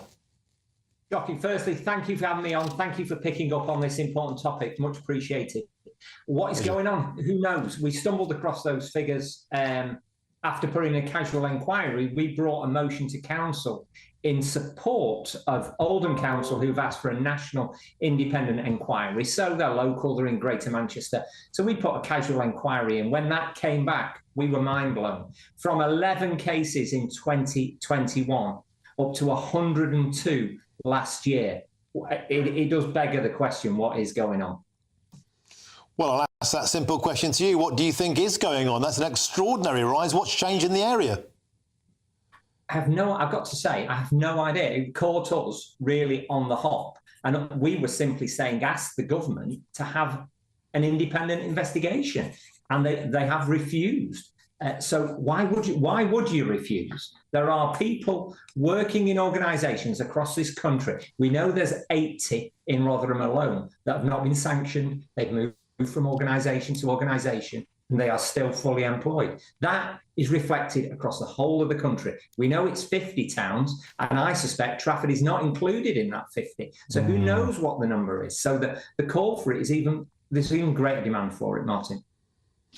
Nathan, this is a topic, obviously, we keep covering on GB News. And by the way, we're never going to stop. We're going to keep going on about this topic because it simply cannot vanish off the media radar, as it has done in the past. And hats off to Oldham, to Wigan, to Stockton, councils that have voted in favour of these inquiries. And shame on Bradford and shame on Trafford for voting against them. Here's a question for you, Nathan. We hear time and time again that politicians of a certain political flavour don't seem to want to have inquiries in their area. Why might that be? Might it be, for example, that historically people in those parties were in power and turned a blind eye, or worse? Sadly, you may be correct, but we need an investigation to find that out.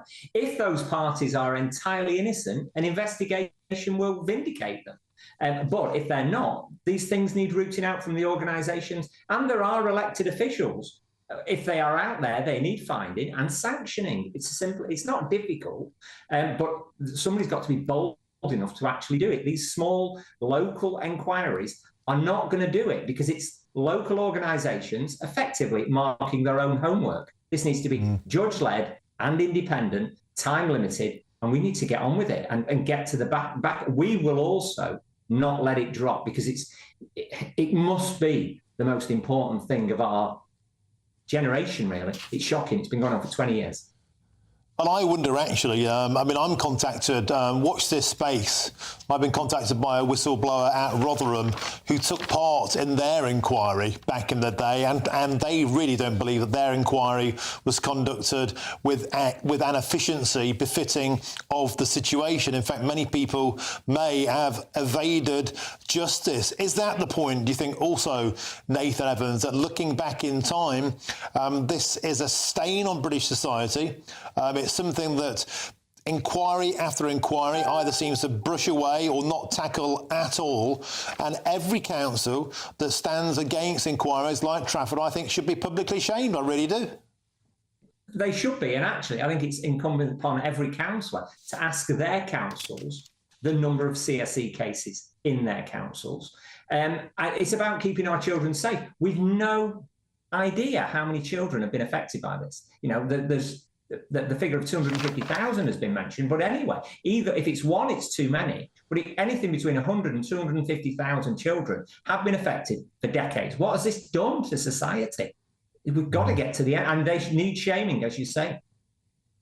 And as you say, the central people at the root of all of this are the survivors. Many who contact us all the time here at GB News, they never felt they got the justice they deserved.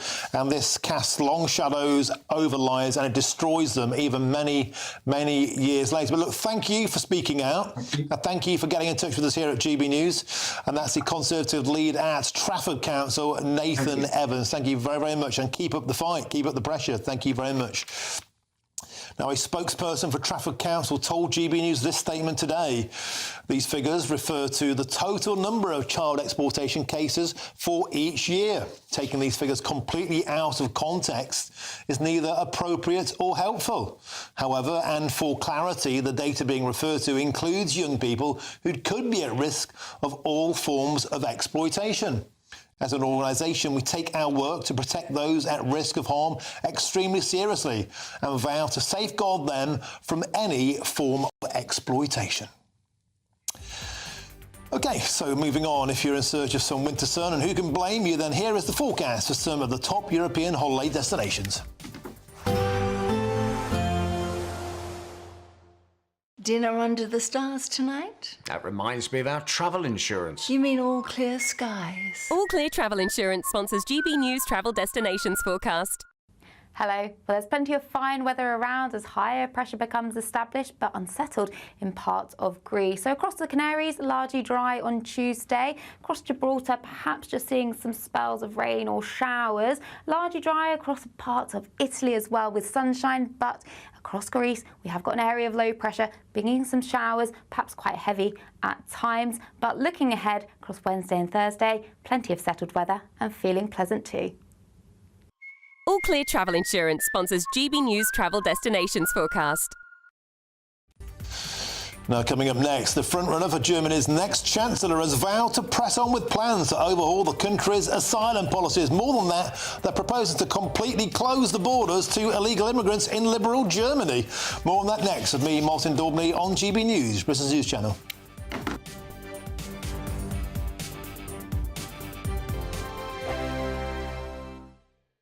Hi, I'm Michelle Dewberry, and my show is your opportunity to cut through all the noise and dive in headfirst to some robust debates. Ideas clash. Situation, isn't it? Because the failure is you're deliberately avoiding my point. Nothing's held back. And if you think this is the end of it, wait for more. And we do not shy away from the difficult stuff. Sometimes I want to shake people and say, if only you understood. So join me on Dubes & Co. weeknights at 6 p.m. only on GB News, Britain's news channel. This is GB News, Britain's news channel. Ironic article in The Guardian, Nick, caring about facts. Yeah, this is Meta is ushering in a world without facts, says Nobel Peace Prize winner. And they just seem to give these Nobel Peace Prizes to anyone these days. It's Maria Ressa. Not working. Zuckerberg came out, and it was very bold. He said a few things. We're going to use community notes instead of fact-checkers. Fact-checkers in inverted commas, because it just means people pushing usually a specific viewpoint. Community notes seems to be a great system that X uses, so why not do that? I think that's great. He's going to reduce restrictions on topics like immigration and gender. Good, because I'm against censorship. He's going to push back on governments around the world that are going after American companies and pushing to censor more, which is great. He's also moving content moderation to Texas instead of California, which is banter. So now the cynical version is he's just realises we've got a new regime, it's the MAGA era, and I want to be mates with Trump, who said that I should, that if I interfere with the 2024 election, he should spend the rest of his life in prison. So he did mention, he might be a bit scared of that. He was involved in that, in Facebook suppressing the Hunter Biden laptop scandal, and I feel that he didn't like being a part of all that from watching interviews. And also the suppression of arguments about gender and sex, what is biological sex and whatnot. You get banned for saying there are two sexes. They're on the wrong side of this, and now he's correcting. But the weird thing is the people, of course, the people who don't like this, the lefties, this person, Ressa, is saying that this is a big problem. That it's an extremely dangerous time. I've seen all this from the lefties. They just call it disinformation. They're worried about this because to them it's disinformation. To other people it's information. Yeah, and also, I mean, I think we can all agree if people think they're getting their facts just directly from Facebook, then something's horribly wrong. But we know that. The community notes thing, I think, is quite good because that sort of first-hand experience people are putting down, aren't they? Yeah. People have loads of different views come together, and it's an aggregate, so that's why it works. GB News, the People's Channel. It's Patrick Christie's Tonight, and here we do things differently. It's explaining the absolute madness of this, doesn't it? It's explosive. I mean, this is very good. It's lively. 850. Your government sat there, Sean, and it did nothing. It's controversial. And the Middle East has been in turmoil since before I was born. It's everything you need to kickstart your evening. Everyone's had their Weetabix tonight. I love to see it. That's Patrick Christie's Tonight, weeknights from 9 p.m. Only on GB News, the People's Channel, Britain's news channel.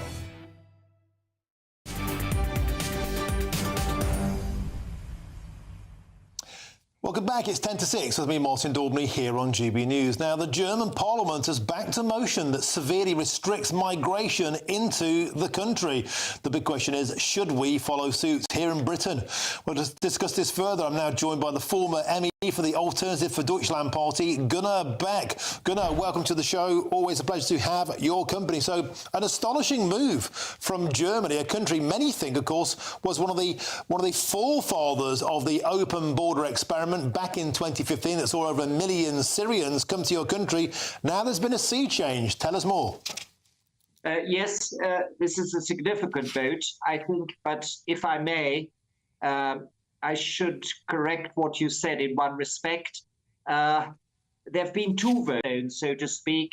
This opposition CDU relied on the AfD to get a majority, but it was a proclamation. Then Mrs. Merkel intervened to say, no, no, no, you can't do it and you can't close the borders. And then Mr. Merz, the current leader, actually brought in a legislative proposal into Parliament. And this time he failed to get the required majority. He lost by a whisker. So the one thing that's becoming clear is that Germany is becoming increasingly ungovernable. That's a novelty too, of course. And the upshot of this, of course, is there's been a huge groundswell of public opinion against uncontrolled illegal immigration, particularly on the back we've seen of terrible terrorist attacks and murders and tragedies within your nation. Yes, but the fact remains that the governing parties, practically all parties, have ignored majority opinion very successfully and effectively for about 10 years. They're still doing so. Germany is having an election now. It will take months to form a government. And during that time, because Merkel intervened and Merz didn't get a legislative majority, the borders will remain open. So hundreds of thousands will be flooding in. And it remains to be seen whether there's a government that will actually do anything about it. So last week was important, but it's not yet a sea change. It could be that Germany will remain the big problem basket of Europe. Superb stuff. Thank you very much for joining us, Gunnar Beck. Always a pleasure to have your company. Thank you very, very much. An incredible story there.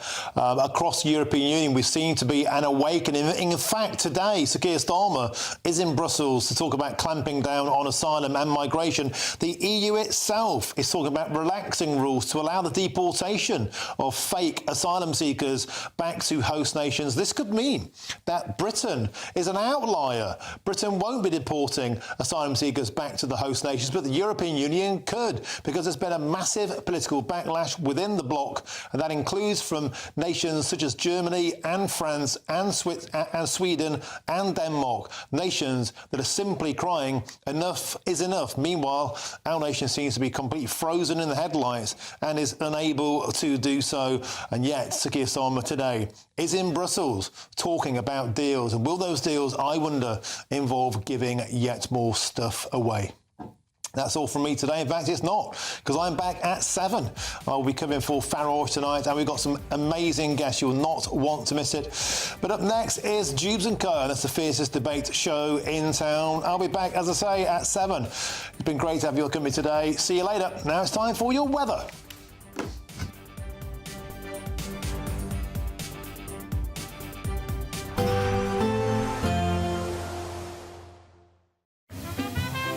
Heavy showers first thing will be followed by a warm, cosy day. Boxed boilers, sponsors of weather on GB News. Welcome to your latest weather update from the Met Office here on GB News. Some wet weather around tonight and tomorrow. Once that's out of the way, though, much of the rest of this week looks dry. It will be milder tonight compared to last night. There's a cold front swinging in, tied to a deep area of low pressure. That's across Iceland, but this front itself bringing some pretty soggy conditions through this evening across western Scotland and through Northern Ireland as well. For much of England and Wales, dry and fine this evening. Some drizzle across the far southeast, where it will turn quite murky. A few fog patches likely here through the night. And there's the rain sweeping into southern Scotland across Northern Ireland. Got a Met Office yellow warning in place for southwest Scotland, where that rain could really build up here. Temperature-wise, as I said, milder than last night. We could dip close to freezing with some clearer skies over northeast England, but mostly we start Tuesday a few degrees above zero. We are going to start off with quite a lot of low cloud across East Anglia and the southeast, something a bit brighter for the Midlands, northeast England. There's the zone of rain, quite a wet start for North Wales, parts of northwest England and southern Scotland. But the rain already shimmying away from northwest Scotland and Northern Ireland. But as the rain clears, skies may brighten for a time, but we're also going to see showers coming in here.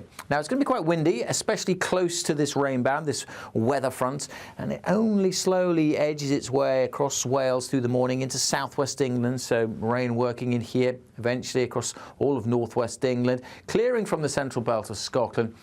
And then showers come into northwestern parts of Scotland. Much of eastern England staying dry, probably brightening up a little here through the day. And actually quite mild temperatures for many, eventually getting up to double digits. Now the rain band